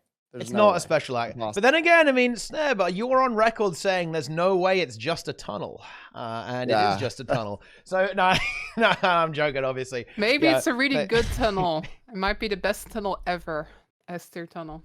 People do like tunnel gameplay. You know, when we did the tier list, it was evident that tunnels are some of the most popular pieces of content in the game. Yeah, they deliver. You know, tunnels in Guild Wars 2 are quality. Like, a lot of the time, they're pretty good. That's for sure. And I think this is the most important part of the expansion, right? Like, elite specs have been a big selling point, and I think they'll really want to do this again, because I do think that they'll want this to be, this is why you're going to buy the expansion, right? Or part of it anyway, is that you're going to buy the expansion to get access to this new combat feature, right? This new thing. Because I think that's also why core specs aren't very good, right? Core specs suck, right? And I think part of that, yeah, it is because they want you to buy the expansion so you can play your elite specialization and have that big power upgrade and become a lot stronger. So I think they'll make sure it's impactful and it really changes up the gameplay. And there's a lot they could do here, I think. The game might get a bit broken, but that's obviously a concern to not let it get too out of hand. But if we look at power creep, the game is pretty extremely power crept right now. They're probably not opposed to adding a little bit more, right? If that makes any sense. Like, right, do you guys remember when doing over 30k DPS was considered to be an absolutely insane benchmark and really, really high DPS? Yeah. Welcome to End of Dragons, where now every single DPS build is basically going over 40k DPS, and builds that apply permanent quickness, might, and fury and other boons are also over 30k. The amount of power creep that's happened since Heart of Thorns is absolutely astronomical. So I think we should actually expect that to kind of continue. And, well, judging by the current balance of the game, yeah, the power creep is going up. Right, they want to have these numbers about here by the looks of that. Like, we'll see if they rein it in a little bit, but I kind of doubt it. I think the damage is, it's going to be here. Like, we have to embrace it. We have to embrace the power of these things. And yeah, they probably will power creep the game a little bit when these new features come into the game. I think that power creep is almost like a smart way to make the content easier. You know, they're like, hey, we want more people to do raids. We can't really make them easier. Well, if we just power creep the game, then the raids will be kind of easier, right? Maybe more people will play it. I don't know. I think there's advantages to the power creep, you know? The game is a lot easier. The game is a lot easier than it used to be, for sure. I wouldn't say it's a smart way to make content easier. I would say it's an easy way to make That's true. content easier. Like the problem is that smart implies that later down the road there's not going to be severe consequences, and I think there are some pretty big consequences right now for power creep, being that older raid content and such has become a lot less challenging, and I guarantee there's going to be people that are like, well, who cares about raid content? Well, here's actually the real issue. You have majorly popular streamers going and trying to do what would be considered like the capstone peak big boss at the end of an expansion, and they're really hyped to do it, but then they actually can't get to the boss in time to do a single speck of damage because everyone is one-shotting it so quickly because of power creep. And then they're like, wow, well, that's not a very fun experience. I didn't even get to attack the boss. It was too easy. Well, why is it too easy? Because, power creep has an impact on more than just raids and strikes and fractals and all of those things. And while power creep can make those things easier, it makes the easy-ish content, or it's not supposed to be incredibly challenging, but it's supposed to be engaging type content. It makes that content so trivial that people get left out. They don't even get there in time because it dies so quickly. And I think that's a really big problem. Yeah, you're right. The downsize. I did a raw the other day. Like for the first time in like years, I went back to a raw. It was kind of sad, to be honest. I remember like being like doing like this path and spending like hours in there. I remember it being really, really tough, and now everything just like died in like 2 hits. Definitely, like going back into that content really makes you feel how big the power creep has been. Oh yeah. Yeah. Like every expansion, particularly Path of Fire, of course, has been just a huge step up in the power level of the game. Yeah. This is almost like the double-edged sword of keeping everything in the game relevant, is that you don't have that reset. You almost, if it doesn't get updated, it will essentially become semi-broken over time, right? Like old content simply was not designed with this in mind. And I think a really good example is actually looking at Wings 1 through 4 in terms of raids. They were just not designed for anything past Path of Fire. Like they can't handle it. It's too much. Especially if you look at the challenge modes in Wing 4, I think the game just simply was not ready for how powerful things were going to get, right? Like bosses that were really, really difficult are now borderline trivial. I think here's a really fun example. So this actually surprised me. I'm currently running like a Guild Wars 2 boot camp where I'm training new players, and we did Samurog challenge mode, and we killed it first try, and I was really surprised. I thought it was going to take us a while to actually beat. I was like, guys, this could be like a couple of hours of grinding. Let's go. Let's get ready. But I basically just told everyone to bring loads of stability, right? And it just died. Like the boss just could not do anything. It was totally useless and could not counter any of our abilities in any way. And as a result of that, it actually died first try, which is insane. How powerful that is. And of course, the damage creep meant that even though obviously we were totally new to the fight, they'd never seen it before.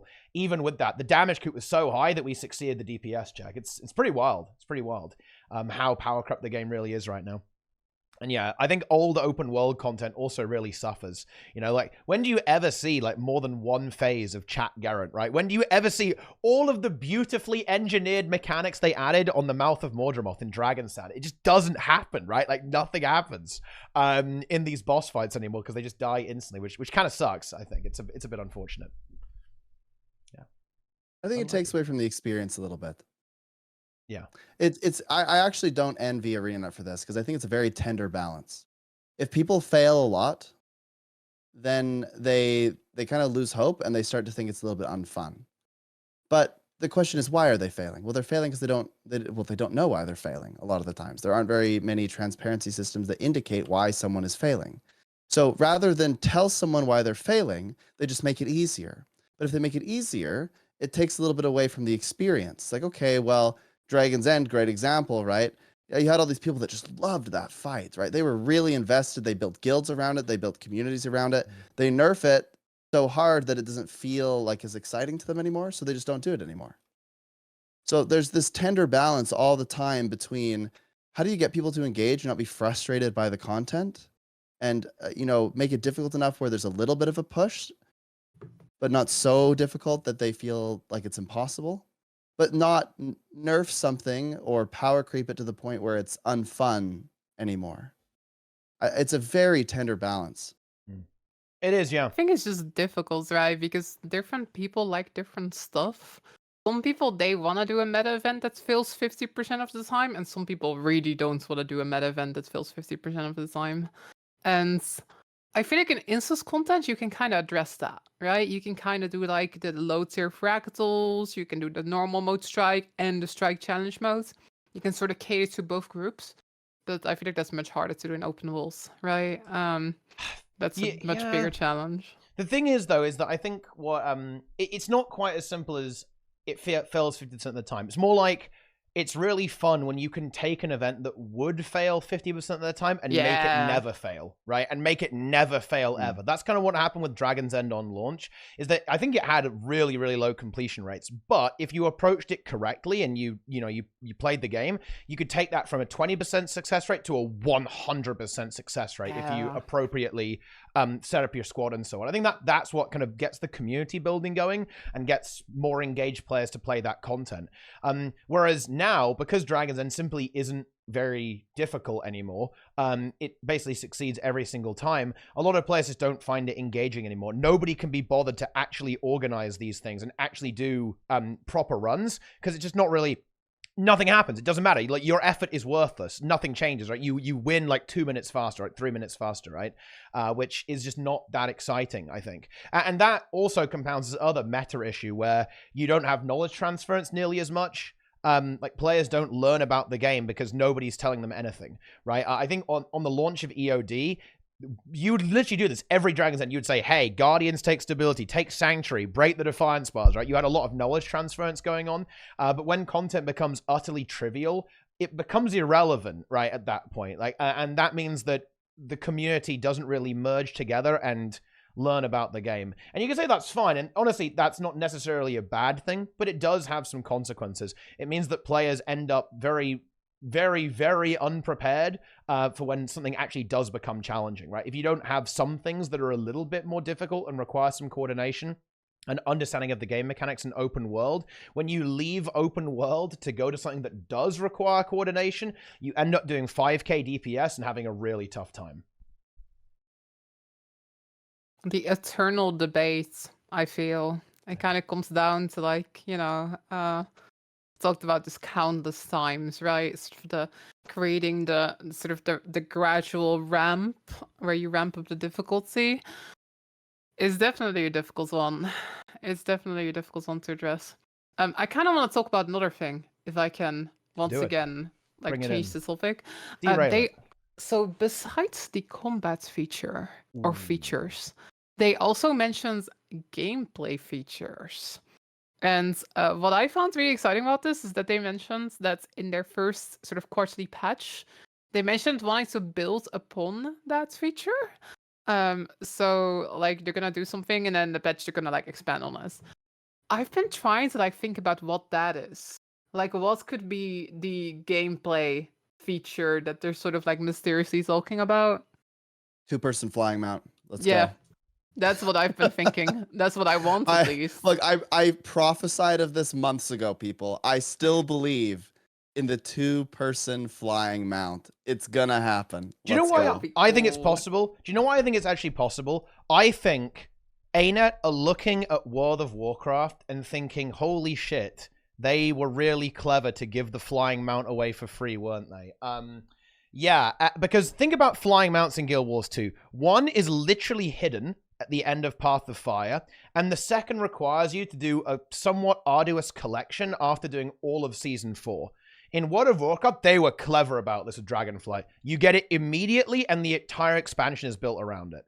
Pretty clever, because people like flying, they like dragons, right? They like dragon riding, they're enjoying it. You customize your dragon, you pet your dragon, it's a big thing. I found that advert. Do you guys see that ad that ArenaNet put out? And it was like, don't wait to fly your dragon. That is so fucking funny if you think about it in context. They were roasting WoW for not having a flying mount until now. And they were saying, hey, come fly your Skyscale. Caveat, after you've beaten all of Path of Fire and all of Season 4 and done a long collection, then you can fly your dragon, right? This is like such a funny meme if you really think about what they were actually communicating here. compared to the way that WoW actually approaches this. So I could 100% see them adding a flying mount that is a core expansion feature, right? In much like the Siege Turtle was, right? The Siege Turtle was presented as, well, as a big expansion feature. It didn't really turn out that way, but if they actually had this another flying mount, because players love that stuff, and it had slightly different functionality in some way, yeah, I think that could actually be a really big selling point. But I think it's hard for them to actually figure out what they're going to add to the game in terms of these gameplay features. Like, my big guess would be player housing, or some kind of system like that. But yeah, it's hard. Like, the game is weirdly feature complete because, again, everything stays here forever. It's not like you can get rid of gliding and replace it with something else, right? It's from Heart of Thorns, but it's staying there forever. So the game does have a tendency to get bloated very, very quickly. Tell me if you think I'm crazy, but rather than adding completely new gameplay features that we've just never seen before or whatever, like adding fishing, right? I would go and make some of the gameplay features better. For example, the guild system. I'd make new guild missions, new things for guild currency. I'd go to things like fishing and make fishing more intriguing, add new fish, add fishing competitions. I would, when alliances come out, I'd add some kind of feature that has a leaderboard for guilds that makes there more of a reason to be in a guild. I would go to all of these features and I would just make them bigger and better and almost advertise it and position it as a new feature, but it's just they're working from a foundation and they're just making something even better. That's what I would do. I would love this. And do you know why I think this is such a difficult thing for ArenaNet? Those features are from old expansions, so they can't sell those as part of the new expansion. Yeah, and they that's need like a big huge thing. problem. You can. No, I think no. I don't think you can. I mean, how would you do that? Absolutely can. Take guild missions, destroy it, give it a new name, and then market it like it's kind of new. But the thing is, seriously, would you be able to rebrand it? No. Here's the thing, though. Would those guild missions be accessible to people who own Heart of Thorns or the core game even? Would you have to have the next expansion to access them? I think this might fit under the sort of core game improvements they're talking about, right? Well, yeah, but that's a massive feature, though. This is like a colossal thing they'd be doing. Like, so here's the problem with this is that I think this would be really good if they could do this, and this is why they keep adding new stuff rather than going back to fix old stuff. Because if they go back to fix old stuff, they spend loads of development time fixing guilds or fixing guild missions. That is the core game, right? Guild halls are Heart of Thorns, right? Heart of Thorns onwards is the guild hall. Guild missions, that's the core game. So unless they did some kind of weird thing like saying, oh, you can unlock another 60 guild levels only if you have the latest expansion, I guess they could go that direction, right? Yeah, and unlock some new guild levels. You have to have this expansion to do that.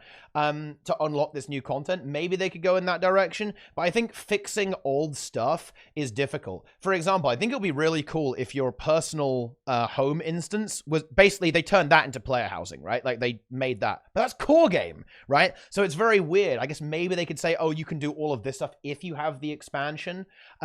But I think that gets a little bit messy and a little bit weird in terms of like how they could actually market this as like a new expansion feature. Oh, okay, no. Here's what you do. You allow everyone to take part in this. Everyone can take part in the new guild missions or whatever. Okay. You expand the guild levels really high.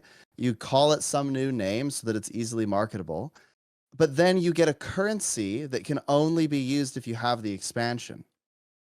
Isn't that super And that's where weird? the new rewards, that's where the new rewards and stuff are. Well, actually, maybe you can use it, but the main things that you can use it, but it would only be for the stuff that you can get up to the current expansion or whatever.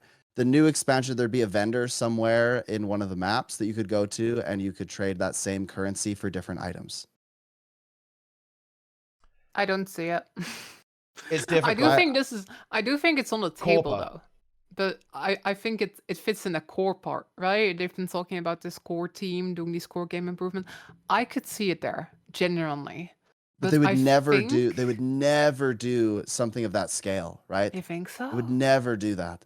If they're I'm not going to sure. do Like, any major alliances upgrade, they isn't have is to bundle it with an expansion. like alliances isn't gonna be bundles with an expansion, right? Nope. Like wolf Oh, restructuring.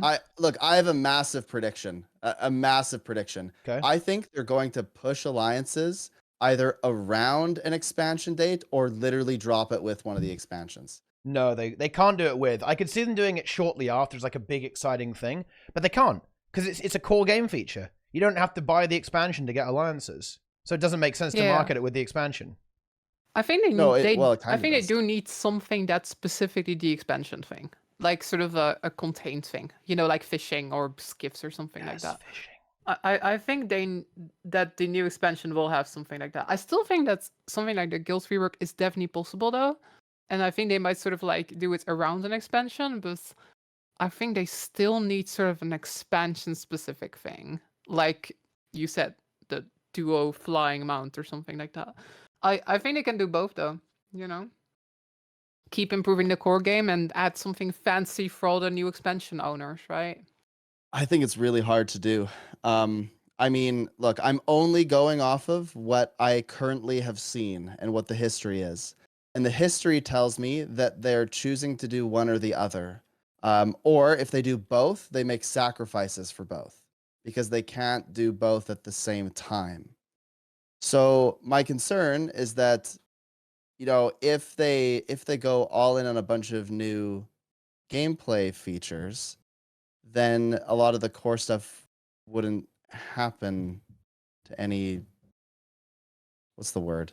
It wouldn't be super satisfactory. I think it would only go so far, or it'd be very slow. It would be like Emboldened mode. It would be nice, but maybe not Yeah. quite as fleshed out as you'd want it to be, right? Yeah, Right. it's not going to be a super big thing, is where I'm going with this. It does feel like their core game improvements have all been like sort of the low-hanging fruits. I don't mean that in like a bad way, but like the small changes they can do that they know will have a relatively high impact, right? Yeah, yeah. And I think technically some of them are challenging. Like for example, the map queue. I imagine that's technically difficult, but they have. I do agree. They haven't really done like a super content-rich, you know, something like new guild mission revamp or something like that. They haven't really done that too much.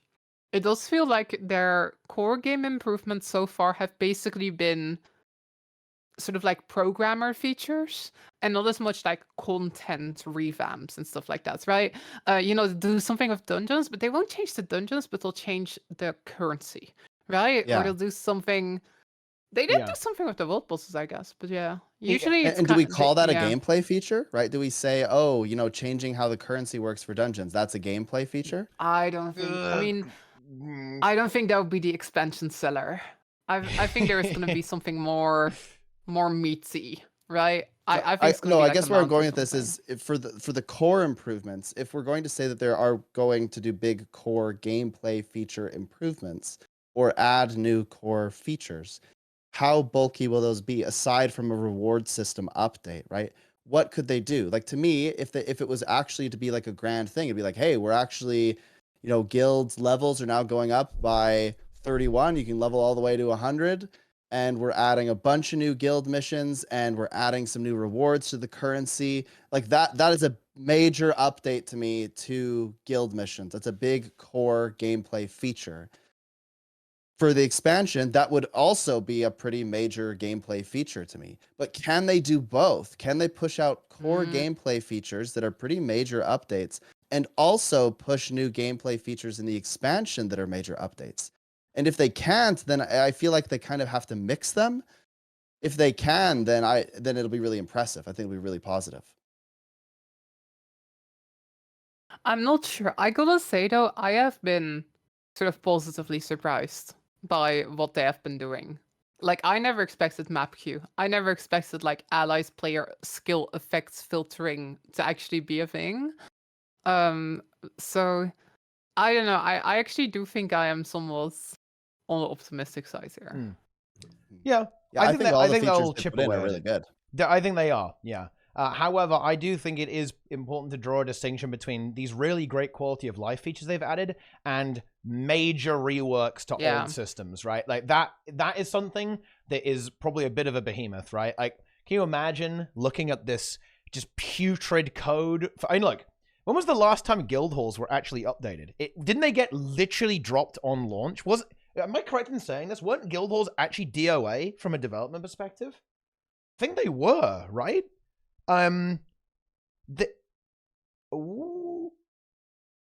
Did they update them even once after launch? I mean, from like a functionality standpoint, from like a systemic standpoint. So. Did they actually update them code-wise even once? I don't think so. I don't think so, no. They obviously added like decorations and stuff. Yeah. They added like new things that you can put in them, but functionally, I think they haven't been touched. Maybe they changed like the decoration limit or something like that. They changed the way that worked. Added the golden sink. That was pretty good. That's true. They did add that. And I think there's quite a lot of stuff in the game that's like this that just hasn't been touched for a very, very long time. I think dungeons will be the obvious example of this, right? I think dungeons were, again, essentially just dropped on launch. They added one more dungeon, right? The Aether path, and they actually removed one path because of that as well, which is kind of funny.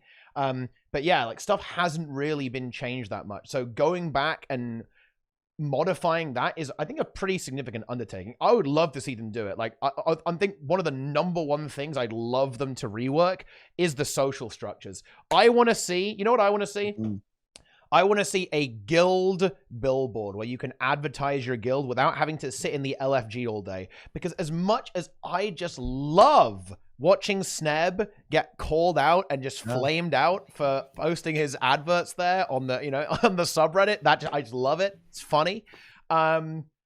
It's also incredibly undesirable, right? Like, you should be able to actually connect with guilds. Like, the fact that you can't in an MMO is actually so funny. The social structures in Guild Wars 2 are so bad, it actually almost does seem like a parody, right? It's almost like they made them bad on purpose, right? It's crazy how scuffed a lot of the social features within the game are. So yeah, improving that would be a huge update, I think. But again, it's probably hard for them to kind of fit that in, because again, it's like a core systems rework. I think it's one of the reasons why alliances have taken a long time. It's because they can't really sell alliances because they're just fixing world versus world. It's why they probably don't release much content for PvP, because outside of its small player base, PvP is a core game feature, right? Anyone can play PvP. If you make something for PvP, you aren't selling it. It's in the free-to-play game as well. And I think you might go, oh, well, that doesn't mean they shouldn't do it. I agree, but I think it's important to have empathy and kind of understand why ArenaNet are probably not super fast on doing certain things. It's understanding why this happens is important, right? But there you go. Yeah, stuff that's gonna sell an expansion should probably be higher priority in most cases, right? Like, if you are ArenaNet, are you gonna invest super heavily into the thing that everyone's gonna get? Honestly, I'm surprised how much they are even investing into it. But I do feel you. I think like it makes sense for them to also just focus on the stuff that's gonna sell more copies, Yeah. I've got a hot take. Are you ready? I'm ready. I don't think ArenaNet should be that worried about adding loads of new masteries to the game. Is that a hot take? I don't think that's a hot take. That is a hot take, in my opinion. Why? That's a hot take. I don't want so. another 5 worthless masteries that do nothing and just bloat the game.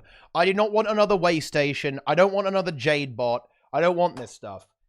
It is low energy. I want content. ArenaNet, give me content. Hand it over. Stop developing Jade bots. Give me more stuff to do. That's it. That's all I've got to say. That's the take. That's the end of the take. I mean, I don't think it's a hot I feel take. like this depends on you as a player, though. Like, I agree. I'd rather get more strikes. But I imagine that for a lot of people who don't engage with that sort of stuff, they are probably, like, eating up these masteries. They're like, like, this is my favorite thing. I want to, like, level up the next mastery. I do agree with you, but I see why some people might disagree. Yeah. Every XDD tree in the chat adds an additional mastery to the next expansion. See what the chat thinks. I think they're gonna do a lot. Like, it's like a mini expansion, right? I don't think they're gonna do 5 masteries. Maybe like 2. That's my expectation. And the chat, they want masteries, as you can see here. They want a lot of these things. But yeah, no, I'm not in. I want to see content. I think this has been the thing that Guild Wars 2 has lacked. I look at these WoW patches, I look at the recent WoW patch, and I go, ooh, 9 bosses, all with Mythic difficulty enabled. And I go, you know what? That's quite good. I see that they've added 4 dungeons. I see the new map attached to that as well. And I go, ooh, that's quite good. I would like some of that in Guild Wars 2. I want to see more maps, more strikes, more fractals, more updates to World versus World. You know, because when we get a taste, this is the thing that frustrates me about Guild Wars 2. You know, I get a little tease, a little taste. You know, they go, ooh, World vs. World reward update. Nice, that's delicious. New fractal with CM. Ooh, yes. Very, very nice. That's what I enjoyed. That's what I like to see. The tunnel, also excellent. I just want more. I want more! Give me Here's content, the thing, ArenaNet. though. I don't want features. I don't want features, I want this content. If this becomes a thing, right? If they can actually pull off this yearly cycle. Technically, they didn't say yearly. They did say the expansion cycle would be a year, and then the next expansion would be right around the corner. So I don't think it's going to be like expansion and a year later there's another one. I think it's going to be like an expansion, and throughout the year there's some patches, and then there might be a tiny gap, and then there's the next expansion. But if they manage to pull that off, okay, like we know there's going to be 2 maps. One in the patch, right? We know it's going to be 2 strikes with CMs and 1 fractal with a CM. That's pretty good for like a year. I don't know, maybe my expectations have gotten lower though. That's definitely possible. But I don't know, that sounds better than what we've had before. If we can get 2 new strikes and a fractal with all challenge modes and 3 new maps every single year, that sounds pretty good to me. I will take that. Yeah. It is indeed pretty epic stuff. Can they do it though? I mean, yeah, can they do that? I mean, it's certainly a good plan. It's a start. I'd love to see if we could get more though, right? I'm not gonna lie. I know that sounds like, oh, just give me the more content, ain't it? But seriously, right? I do think that we're at. Let's talk about this. Where we are at in the game right now, there's a lot of features. Do we really need more? Do we really need that many more? I mean, don't get me wrong. I think it's cool to add, you know, a new mount into the game or whatever, right? But even that's got a bit of a limit at some point. Like, how many mounts can you have, right? Like, to fill all the different things. A lot of the design space of the game, to be a little more serious, what I'm trying to get at here is that the design space of the game is kind of explored, right? It's pretty full, right? That there's a few things they could add, I'm sure, and there's always a creative new thing to add to the game, but you have to be very careful not to bloat it more than necessary. And I think adding masteries that are basically just do nothing masteries that just power creep the game or something like that, or just give you an action key, they're not really that much fun, to be honest. And Arena also have to bear in mind that every map they add into the game, they kind of want to make all the old masteries at least useful in some small way, right? Oh, no. I think there's definitely a bit of a trade-off here. And I would love to see them actually really lean into developing a lot of content for the game. Because ultimately, we've got great features that enhance content. Because features do enhance content. That's great. But I'd love to see them really focusing on content to use those features in. Because if you don't have content, then a feature doesn't really do anything, right? It's like, oh, well, okay, right? But you need that content to exist so that the game can really come together and those features can complement that content. Yeah, I think you and I were talking one time, Teapot, and I likened this to buying a car. So when you go to buy a car, the car salesperson will be like, oh, well, you know, this is the base car, the base model, or the content. And you know, we can add on, you know, Sirius radio. We can add on these special rims. We can add on the rear camera thing. We can add all of these little things. We can do a custom paint job and make it glow in the dark and whatever, right? Leather seats. We can give you all these lists of features.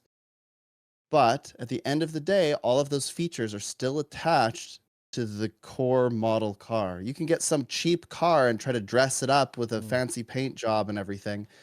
But at some point, the features are barely usable with the foundation. You need a strong foundation. You need strong content for features to actually work with. If you don't have strong content, then the features, it's kind of weird. Imagine driving or trying to drive a car that is missing a wheel, or imagine trying to drive a car that has no engine. right? You're sitting there, you're like, well, it's cool that I can look at the rear view camera thing. It's cool that, I am in a really comfortable seat, but I want to go places. I want to do things. I want to explore. And I think the game very much can suffer from something like this. This also, another big part of this is actually that if you add all of these features, if you add all of these little extras, it becomes more complicated to use. And so you actually dilute and obfuscate the actual thing itself, the content. You make it more difficult to access. And when you do that, it can only frustrate players more. Like, imagine how many players are constantly looking up how to get these masteries so that they can actually use the bunny or something. Or get that they're brutally left constantly behind, right? Especially with Yeah, players with the sky exactly. scale. I think this is a big issue in with new players playing through meta events, is they will get left in the dust by a large amount of veteran players who have access to these amounts, specifically the sky scale. I think that can be a super frustrating experience, I think, as a new player, if you're just getting completely crushed by players who basically have fly hack, right? And you're just like, you're walking along, right? But sorry, please continue, Sneb.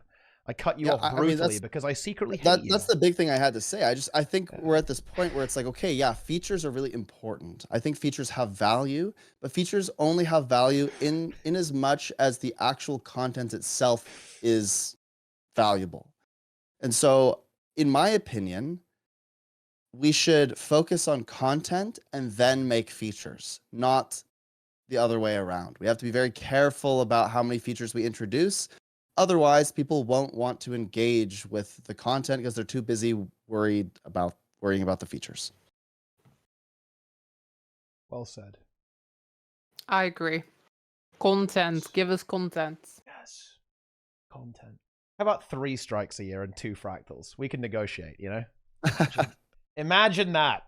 Imagine that. It'd be pretty sick. Because look, I have to say this. Isn't it going to be pretty brutal when 2 strike missions drop and oh, that's it for the year? Oh, no! They're spread it out a little bit, right? Like, they're going to add the CMs in a patch later, and then they're going to add another CM. They're definitely going to try to, milk it as long as they can, right? Yeah. Try to make sure that it's not just, they're not just going to drop it all at the same time. Yeah.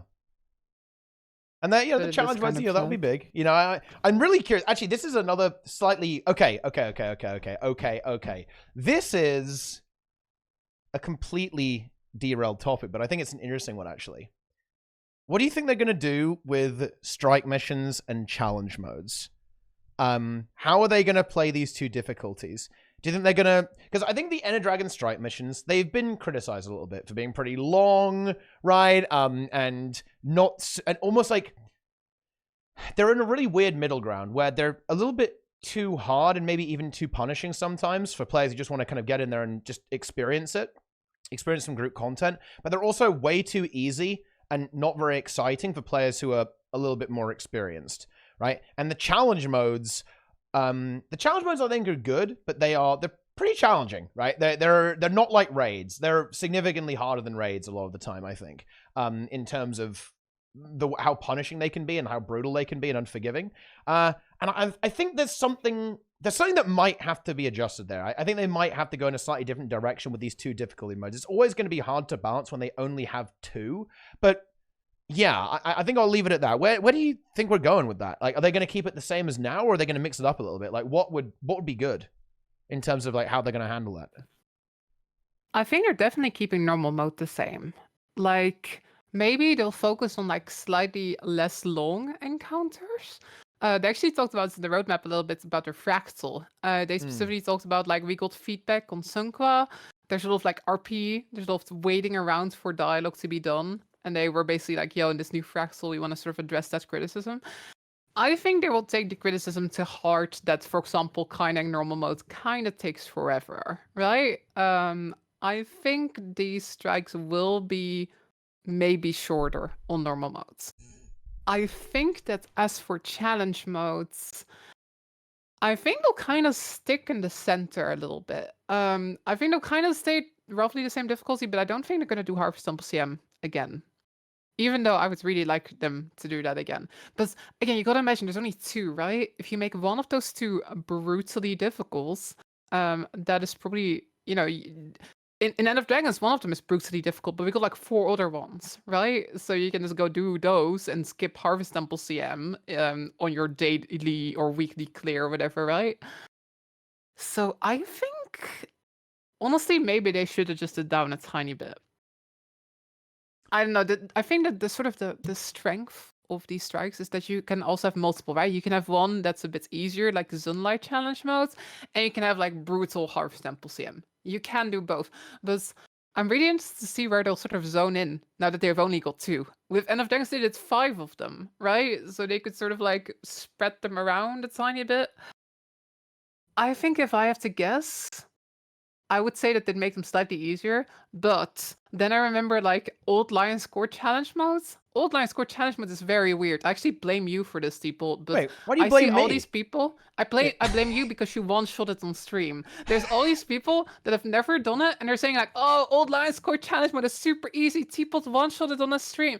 But if you actually go in there, I actually think it's one of the hardest ones. It's actually really hard. Yeah, It's actually like really tough. Oh my gosh. But so they did that, right? I felt like season 1 strike with a CM, they're not gonna make it hard, but they did it anyway. So who knows? Maybe they'll actually just go brutal difficulty anyway. I can see it. I really wish they could make the story mode replayable. And I almost felt they wanted to do this. Because you know how when you replay EOD story, you get these, what are they called? Like Tales of Adventure. You need them for the legendaries. I wish they made that public and like forward facing, because right now you go into it solely, you have to go through the story, you got to do it through the story journal.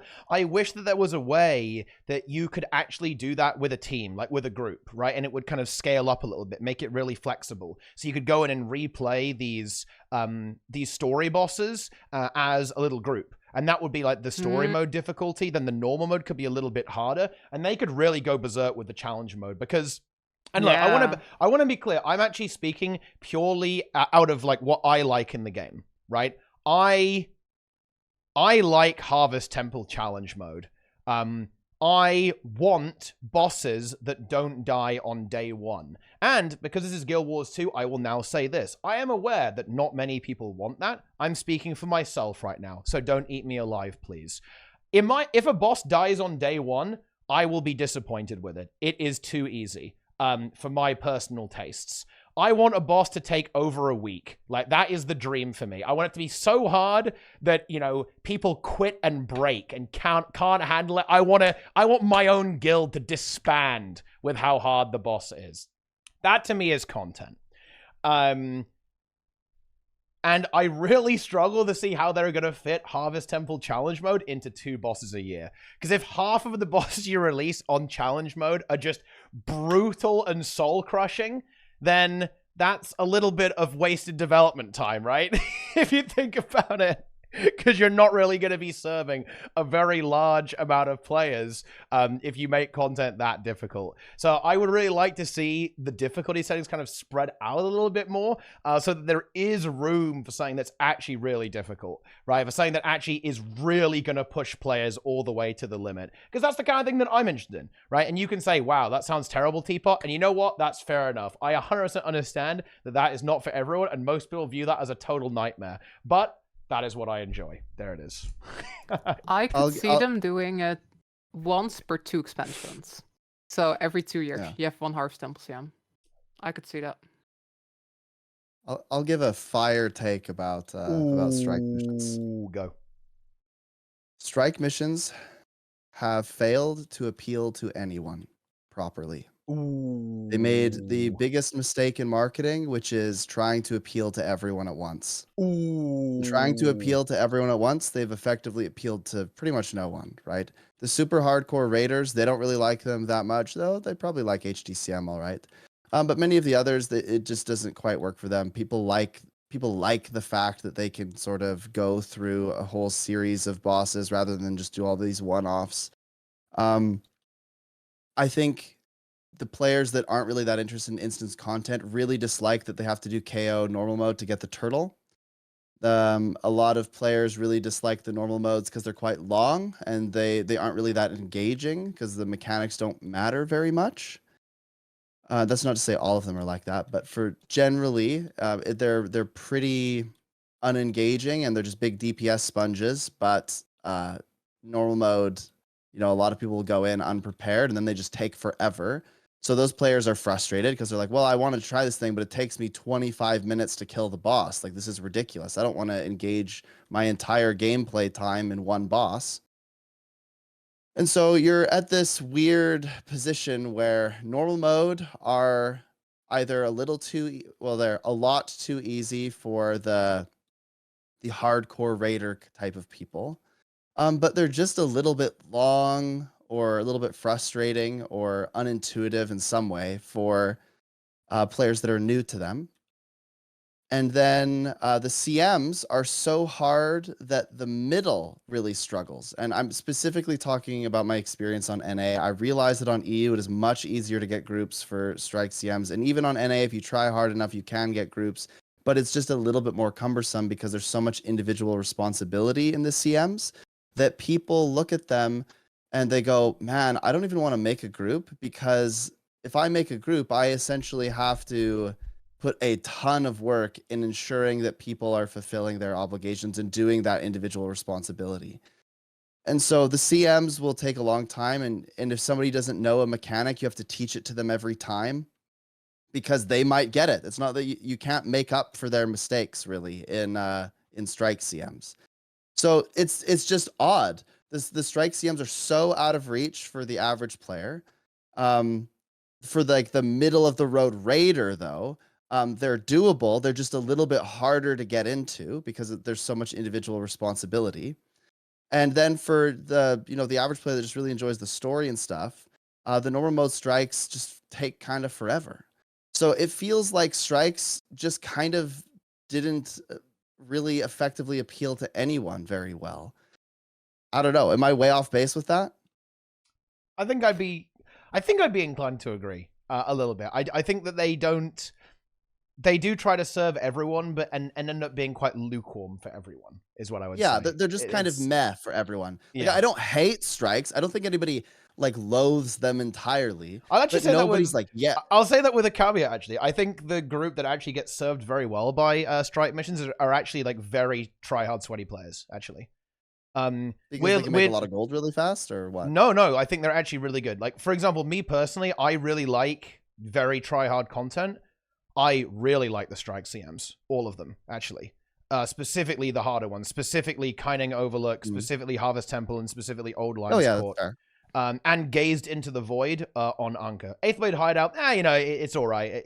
I'm not a huge fan of the puzzle-style fights. I like the combat-oriented fights and reactive-oriented fights. But, they're all right. I really like the very challenging combat-style encounters. And I think strikes deliver that significantly better than raids do. So I think they do serve that audience very well. I think the challenge modes are very good for like very sweaty players. But other than that, yeah, they're a bit. I think if you go one notch down from the Giga sweaty players, you're kind of in trouble though, because those players are like, I want to jump in and play because I kind of know what I'm doing, but I have to rely on finding 9 other people to do that with, and I have to rely on those 9 people also, being competent enough and knowing the mechanics. It just makes it slightly more difficult. I realize that this is a problem that's exacerbated on NA and not as big of an issue on EU. But yeah, I don't know. I think it's kind of medium for a lot of people. And I don't know that medium is good enough. I think you have to be exceptional at something. And if you're not exceptional at something, then it doesn't really garner a lot of word of mouth. People just don't really care. I don't know. I think the strike CMs, personally, I think they are exceptional at that one sort of group we're talking about. Like the people that have done all the raids a million times and are looking for something like a little bit more challenging than the raids. I know that I had like such a blast of like specifically like Kining, Harvest Temple CM, proccing that fight and stuff. I had such a blast of that. But I do understand that they're even more niche than raids are, right? Do you do them weekly? I actually do. Yeah, I don't do like Harvest Temple CM weekly, but I do Aether Blades weekly and Zendaya weekly, and I try to do kinding weekly and often fail. Often I will go in and we will not clear it. But I don't know. I do find that sort of exciting. I find it exciting that we have that content in the game now. You know, that's. I remember when like kinding came out and I was like, "Yo, this is like the hardest fight in the game," and I really liked it. And then Harvest Temple came out and that was like even harder. I personally am in love with that difficulty, but I do think that the normal modes. Honestly, I think they can just iterate on it a bit. I think the normal modes just maybe need to be shorter. Yeah, that I thought I was about to say. I think I'm with you on that. Yeah. If you just say normal modes, you shorten them down so they're more of a blast, right? A bit, maybe not quite Ice Brood Saga. I think they're probably a little bit too blasty, right? Just like ignore it and just kill everything. Yeah. But if you just shorten them down a fair bit, especially the longer ones, I think that would really go a long way.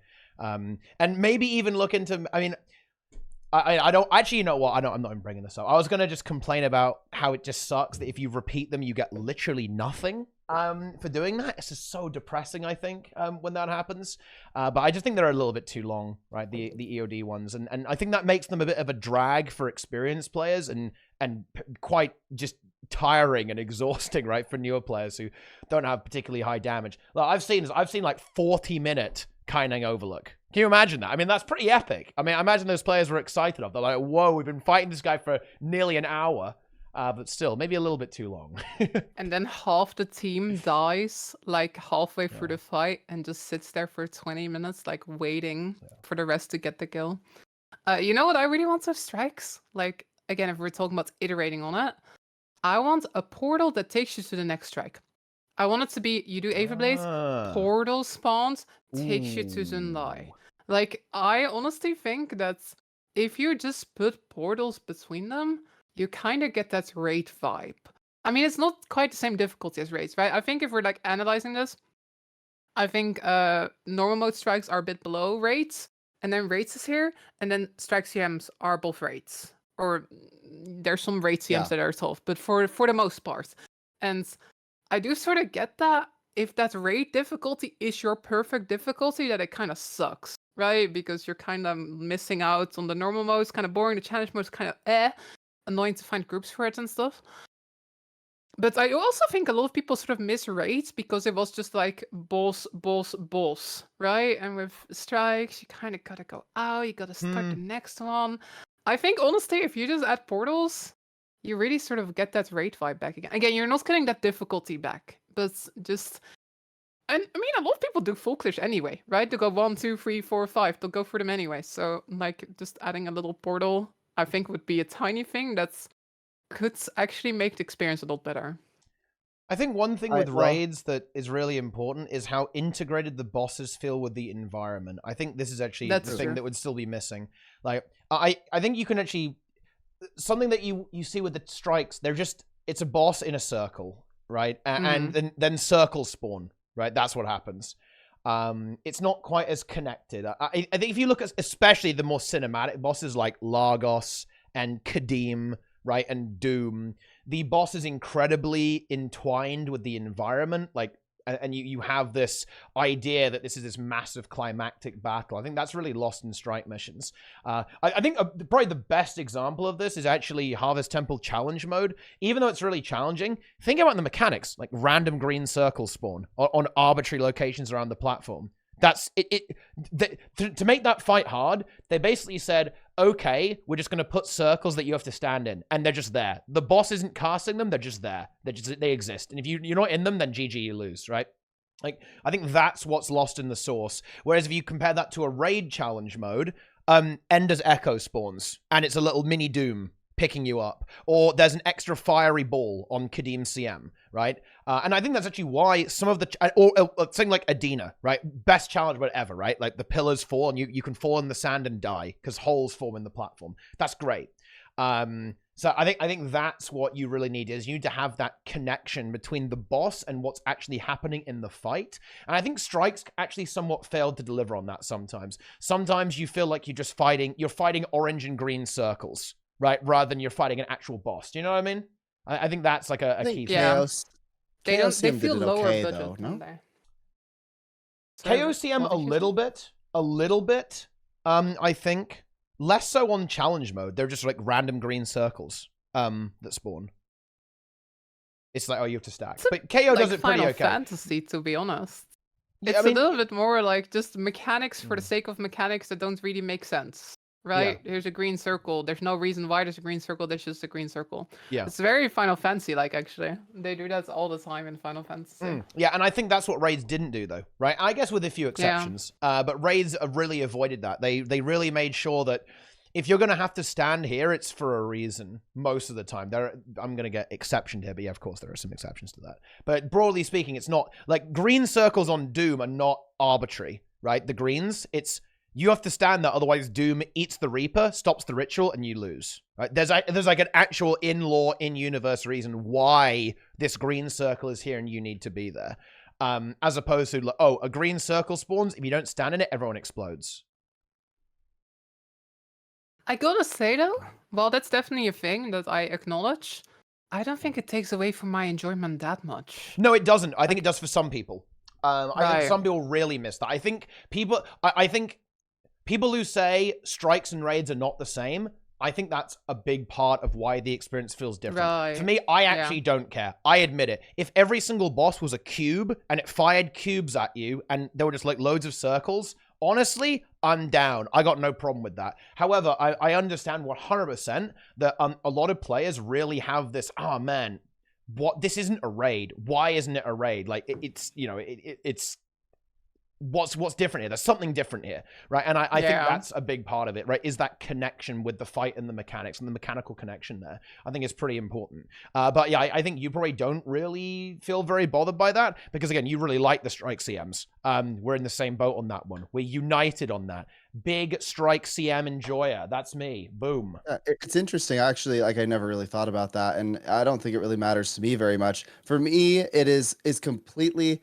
This probably sounds so weird, but it's mostly a logistical thing. I just think it's really odd that they're all instanced and that they're long, because what happens is everyone complains that they're long, and then it gives people an excuse to leave after one boss.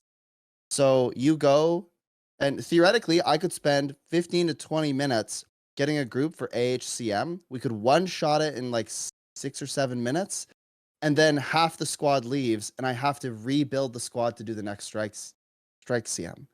So it feels like there's constant interruptions in gameplay, that I only get little bits and pieces of gameplay, and that injected into that is this idea that there's a lot of individual responsibility, which is good from a gameplay perspective. You have a static and stuff, it's like super fun and engaging.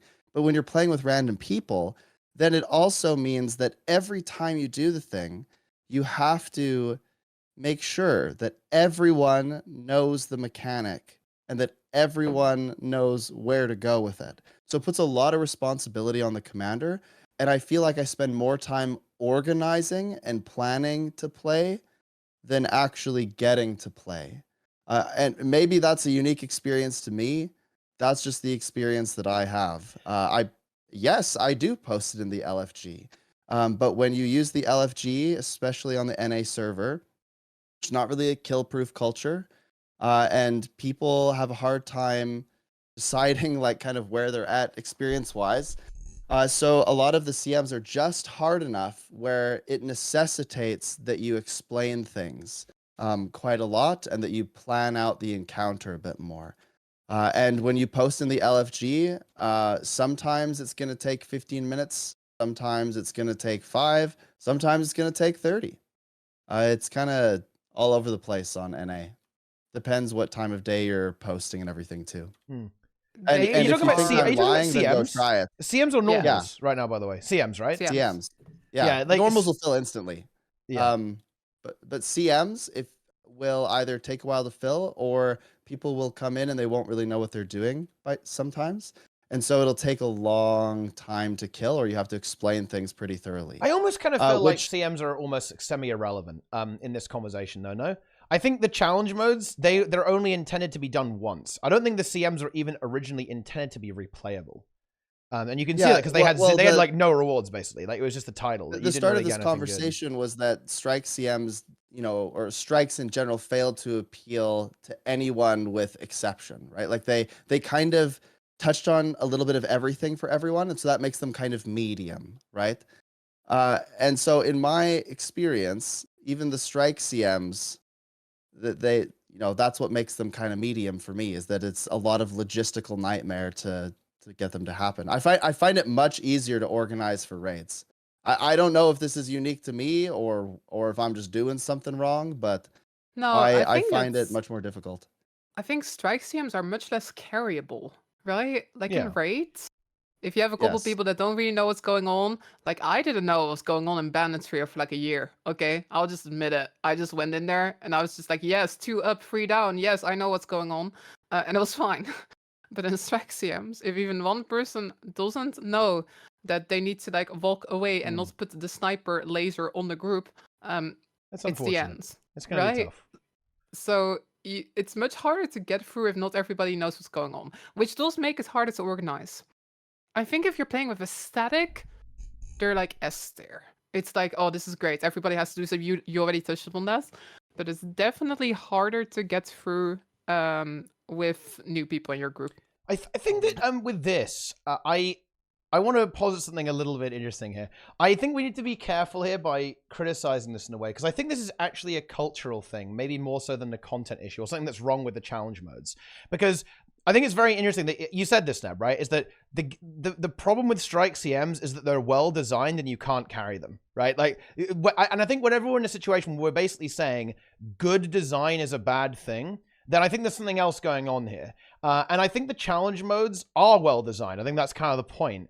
I think it's that the Guild Wars 2 culture is not really attuned to personal responsibility and, oh boy, learning things, right? That's not really ingrained very much. It's like, oh, you just kind of go in there, you don't interact with other people, and you blast, right? That's basically how a lot of pug groups tend to go. That is incompatible with a lot of the challenge mode content that's coming out with strikes, especially stuff like Pining Overlook, Harvest Temple, and Old Lines Court, right? You can't do that. Like, you're going to actually have to work with your team and communicate. And the Guild Wars 2 culture just isn't really there in that regard. So I think that if the culture did shift and there were more players in the mindset of, okay, let's work together, let's actually just, I'm going to do this, I'm going to take over here, this is how we're going to do this, and not quitting, right? Because I think people quit pretty easily, right? And leave groups very early on these more challenging encounters and won't stick it out quite as much potentially.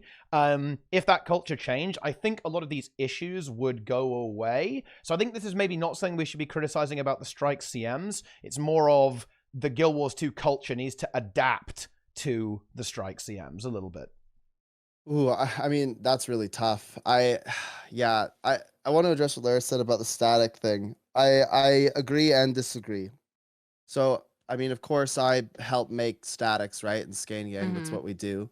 We have a really big issue with EOD strike CM statics, like a really major issue. The issue is that they get stuck and they can't overcome it. And then they become a revolving door of players. Oh no. And so what happens is you'll have a static and they're getting close to KOCM and then 2 people leave. Those 2 people were tanking and baiting at KOCM. You've now completely reset their progression. It's over. Yeah. And no, we've had several teams completely disband because of this. Because they don't want to reset the progression, but they can't find anyone else to help them on that progression journey. So then what we find is there's a whole bunch of people that are asking for training. So they want KOCM training. But the problem with KOCM training is that it sort of necessitates that you're pretty good at DPS and kind of understanding other mechanics. It kind of necessitates that you've had some experience in other things before you just jump in to KOCM. Because it's a harder encounter. And in my opinion, if you're good at doing other mechanics or you've practiced these other mechanics, you'll be able to adapt and learn the harder mechanics a little bit faster. So what ends up happening is all these people want training, but the training never kills the boss. But they don't want to do progression because the progression's always reset anyway. So it seems like people are they really want to get a kill. They really want to figure this thing out.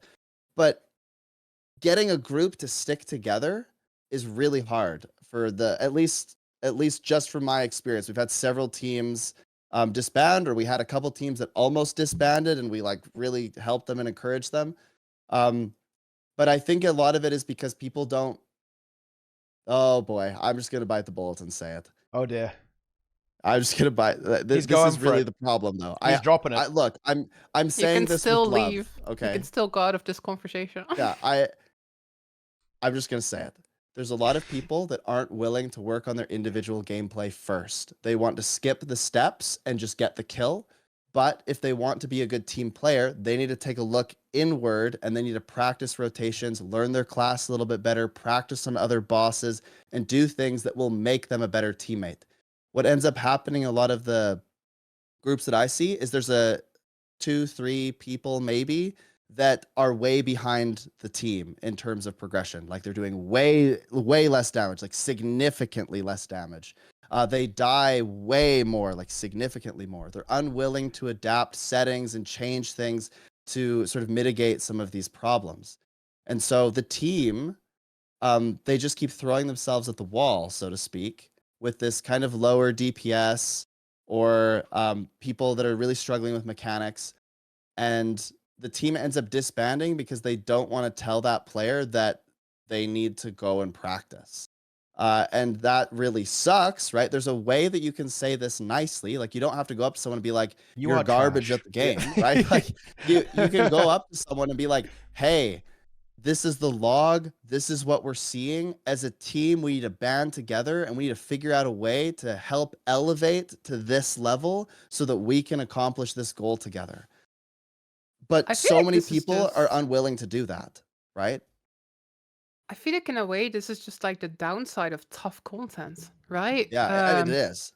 Like I hate to bring up Final Fantasy again, but I've been playing that like a lot, and I've been like raiding in that game a bit. And I keep hearing sort of the story about how a certain raid tier was like so difficult that on several servers, basically the whole raid community like genuinely sort of dies. Because all these groups, all these statics, they would go up against this boss, and like many statics would struggle. People would like start getting in fights. Tons of statics disbanded, like permanent damage to the raiding community. I feel like that's the downside, isn't it? Like, I'm not sure how you can address that. Like, difficult content is really satisfying for some people, but it also does that. I remember when me and my musical tries to raid squads, we took a significant break. Like, we were like progging all the bosses, having a great time. Then we did Doom, and Doom was hard. And Doom did kind of break us for a little bit. At some points, we were all like, I don't want to do that pre-event anymore. And we just kind of quit for like a couple weeks. Eventually, we came back and we killed it. But yeah, just... Yeah. I think a huge part of this is population. Because I've actually been doing some study, some academic research into static, specifically around Harvest Temple Challenge mode. And one of the big things that always comes up is we know these players are underperforming, but we can't replace them. And they don't feel threatened of being removed from the group because they know we can't replace them. And it's really hard to find someone else who's willing to play this role and be willing to commit to this. And I think this is actually just, yeah, if there were more people in the game, there were more players in this content, these issues kind of dissolve because people become more replaceable really, really quickly, essentially. It sounds kind of weird, but it's actually desirable that players are replaceable in groups like this because it means that there's a bit of pressure in a way, essentially. Because if you don't get better, you'll get cleansed. But yeah, it means that if your group does crumble or someone doesn't want to do it anymore, you can just easily get someone in, right? It's not just the kind of, it's not just kind of the meme pressure. It's also the fact that, yeah, like you're able to find someone if someone doesn't want to come in or someone's not having fun anymore, is that you're able to get people into these groups, right? And that means that you don't have this progression thing. I also do think that it is kind of a cultural issue. I think players in Guild Wars 2 typically don't actually learn the entire encounter. They only learn their specific role. So, for example, players who... here's the classic, right? How many times have you joined a Zero group and nobody knows how to tank it? Literally 0 people. Even people who have cleared it every week for multiple years. And they've got no clue how to tank it. That's a ton. That's extremely common, right? Ridiculously common. This is why I learned how to tank it. Insanely common. Like, I can do it. Yeah. This whole And the regression. perception is that it's incredibly difficult when And it's it's not not. actually that It's not. difficult. No, it's not. Yeah. Everybody, chat, listen to me, please. YouTube, listen. Ooh. Tanking in Guild Wars 2 is not nearly as difficult as you perceive it to be. I True. promise. True. I Actually promise. Use full minstrel's gear. Just bring a ton of blocks and stuff, and you can literally sit there and just out heal most bosses. There are a few bosses where I would argue tanking is a little bit more complicated, as far as survivability is concerned. But most is just a matter of standing in the right spot, and you could like use MS Paint and draw a map and just like put the spots you need to go. I promise it's not nearly as difficult. When I help people learn tank, they're always amazed that it's as easy as it is. And if you're really struggling with it, bring 3 healers, 1 is the tank, and then 2 other healers until you get comfortable. Boom, there it is. I completely agree. But what I Me was too. going at this is that the reason why you have this progression experience in strike missions is because when you lose someone doing a role, the people who have been there for 10 hours, 20 hours, 30 hours are clueless and can't replace it, right?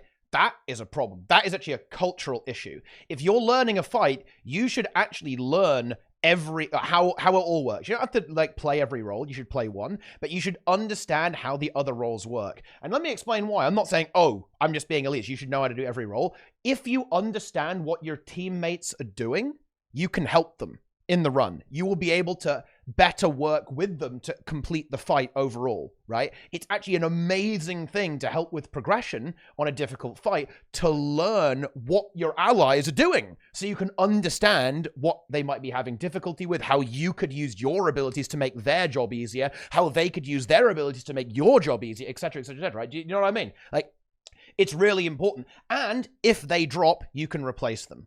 Right? If you understand how tanking works on Kaining Overlook and someone drops, you can replace them instead of having to have this massive reprogression experience instead. This is super important, I think. And it's something that's very lacking, I think, in the Guild Wars 2 culture. No one tanks. No one knows how to heal. Nobody can kite on Kadim. No one can kite on Kadim 2 either, right? Like all these things. Why do you think there are no wings 5 through 7? Because people can't do green on Doom, right? People can't do these key mechanics. And as a result of that, if you lose that player, GG. Your group just crumbles to dust, right? And that's not ideal. I would actually say that, sort of talking about this Straxium versus Raidwing, I think a lot of these, I guess, like Straxium issues we're talking about are also in the Puff of Fire raids. Like very, True. very similar. True. I think that's like why people tend to stick to other Thorns ones, right? You need that person that can tank on Kadim 1 and can kite on Kadim 1, which can be difficult to figure out. People what's are actually just afraid of though? making mistakes. That's the problem. That is true as And well. I don't blame them, right? Because I don't blame people for being afraid to make mistakes. It's natural. I mean, you have to think of it like if you go into a group of 10 people, you're standing on a stage in front of 9 of them, and they're watching you flounder and make mistakes and potentially embarrass yourself. And that's scary. Of course it's scary. The trick is we need everyone, the 9 people and the person trying something, to be comfortable with the idea that you're imperfect and that you're going to make mistakes, especially as you're learning. There are way too many people that feel like the first time they go in, they have to get it perfect. And there's just no way that's going to happen. I make an idiot out of myself almost every time I stream. I make loads of mistakes. Oh yeah, Teapot's seen them. He knows. Wait, what do you mean? You were watching that one time when I was doing QTP and I dodged forward and like killed the pylon and stuff like multiple times. I mean that did happen. I mean, it may have been a Discord I make mistakes stream. all the time. Is the point, and It it's does okay. It's okay to make mistakes as long as you're progressing. If you went in and you got 1% better every time you raided, you should be happy with that.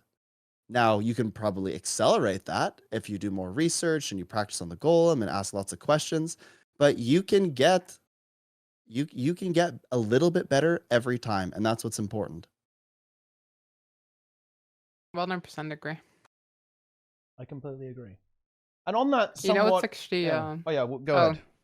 It's actually interesting, just the final addition to this. Do it. You were talking about like it being hard to replace people in certain roles if they like quit the static and stuff, right? Mhm. I think that's something that helped enormously with like Harvest Temple CM on the EU server. Is there's this Harvest Temple CM Discord, Yes. and like they go like all the roles for the different roles people can do. So when someone is missing, they just send a message and they're like looking for heal mech Kaider. Here's the guide on how to play heal mech Kaider and stuff. Actually, I think for Harvest Temple CM they actually like sort of addressed the issue almost with this Discord server.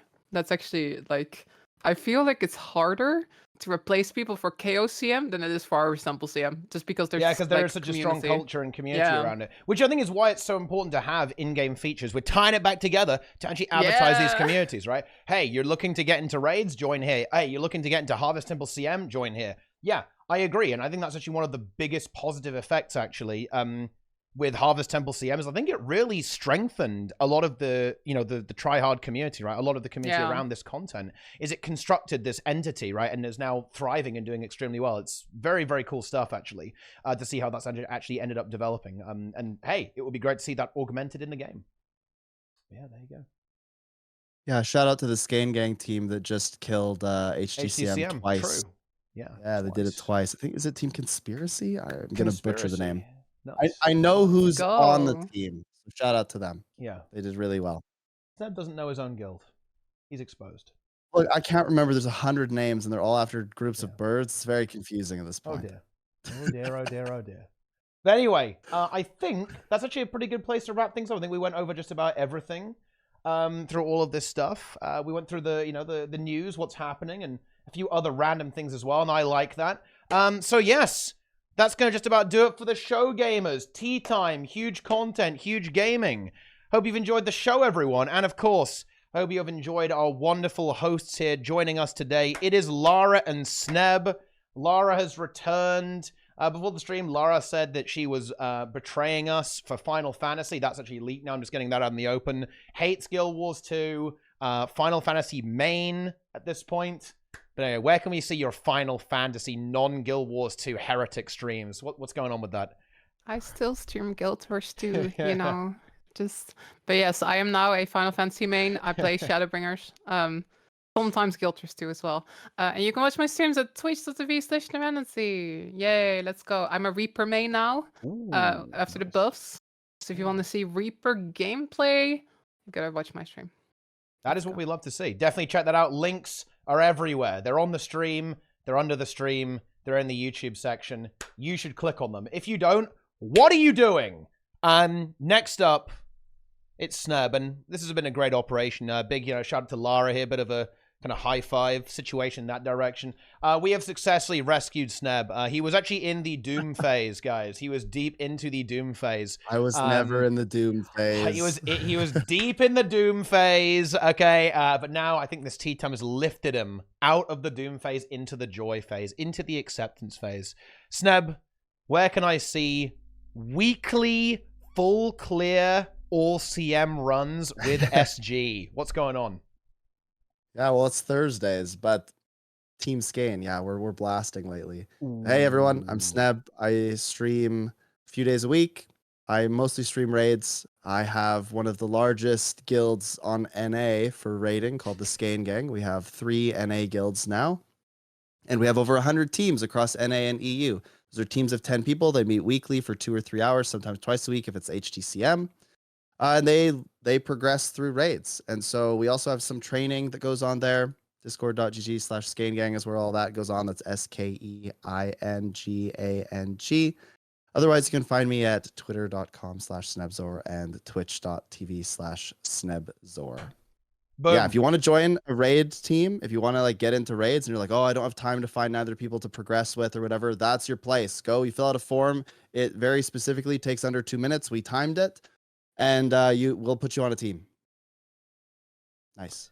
There it is. Enjoy. And of course, if you enjoyed this tea time, be sure to follow the stream so you can watch the tea times live, subscribe on YouTube, like the video, leave a comment, watch every single other tea time that exists.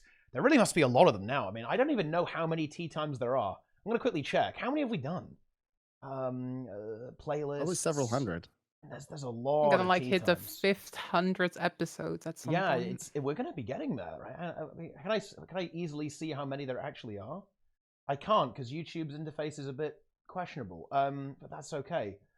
Maybe I don't need to know. Maybe I don't want to know how many there are. But anyway, you should definitely enjoy them because I think they're pretty good. I've enjoyed this TeaTime. Thank you to the wonderful guests for joining us today.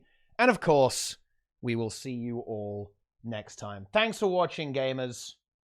I'll take a short break. We'll be back. But that's it. Be sure to follow, subscribe to everyone here. Watch all of their streams, all of their content. Otherwise, I don't know, nothing happens. You know, you might be bored. You'll be contentless, and you don't want that. But anyway, that's it. Take it easy, gamers. I'll see you next time.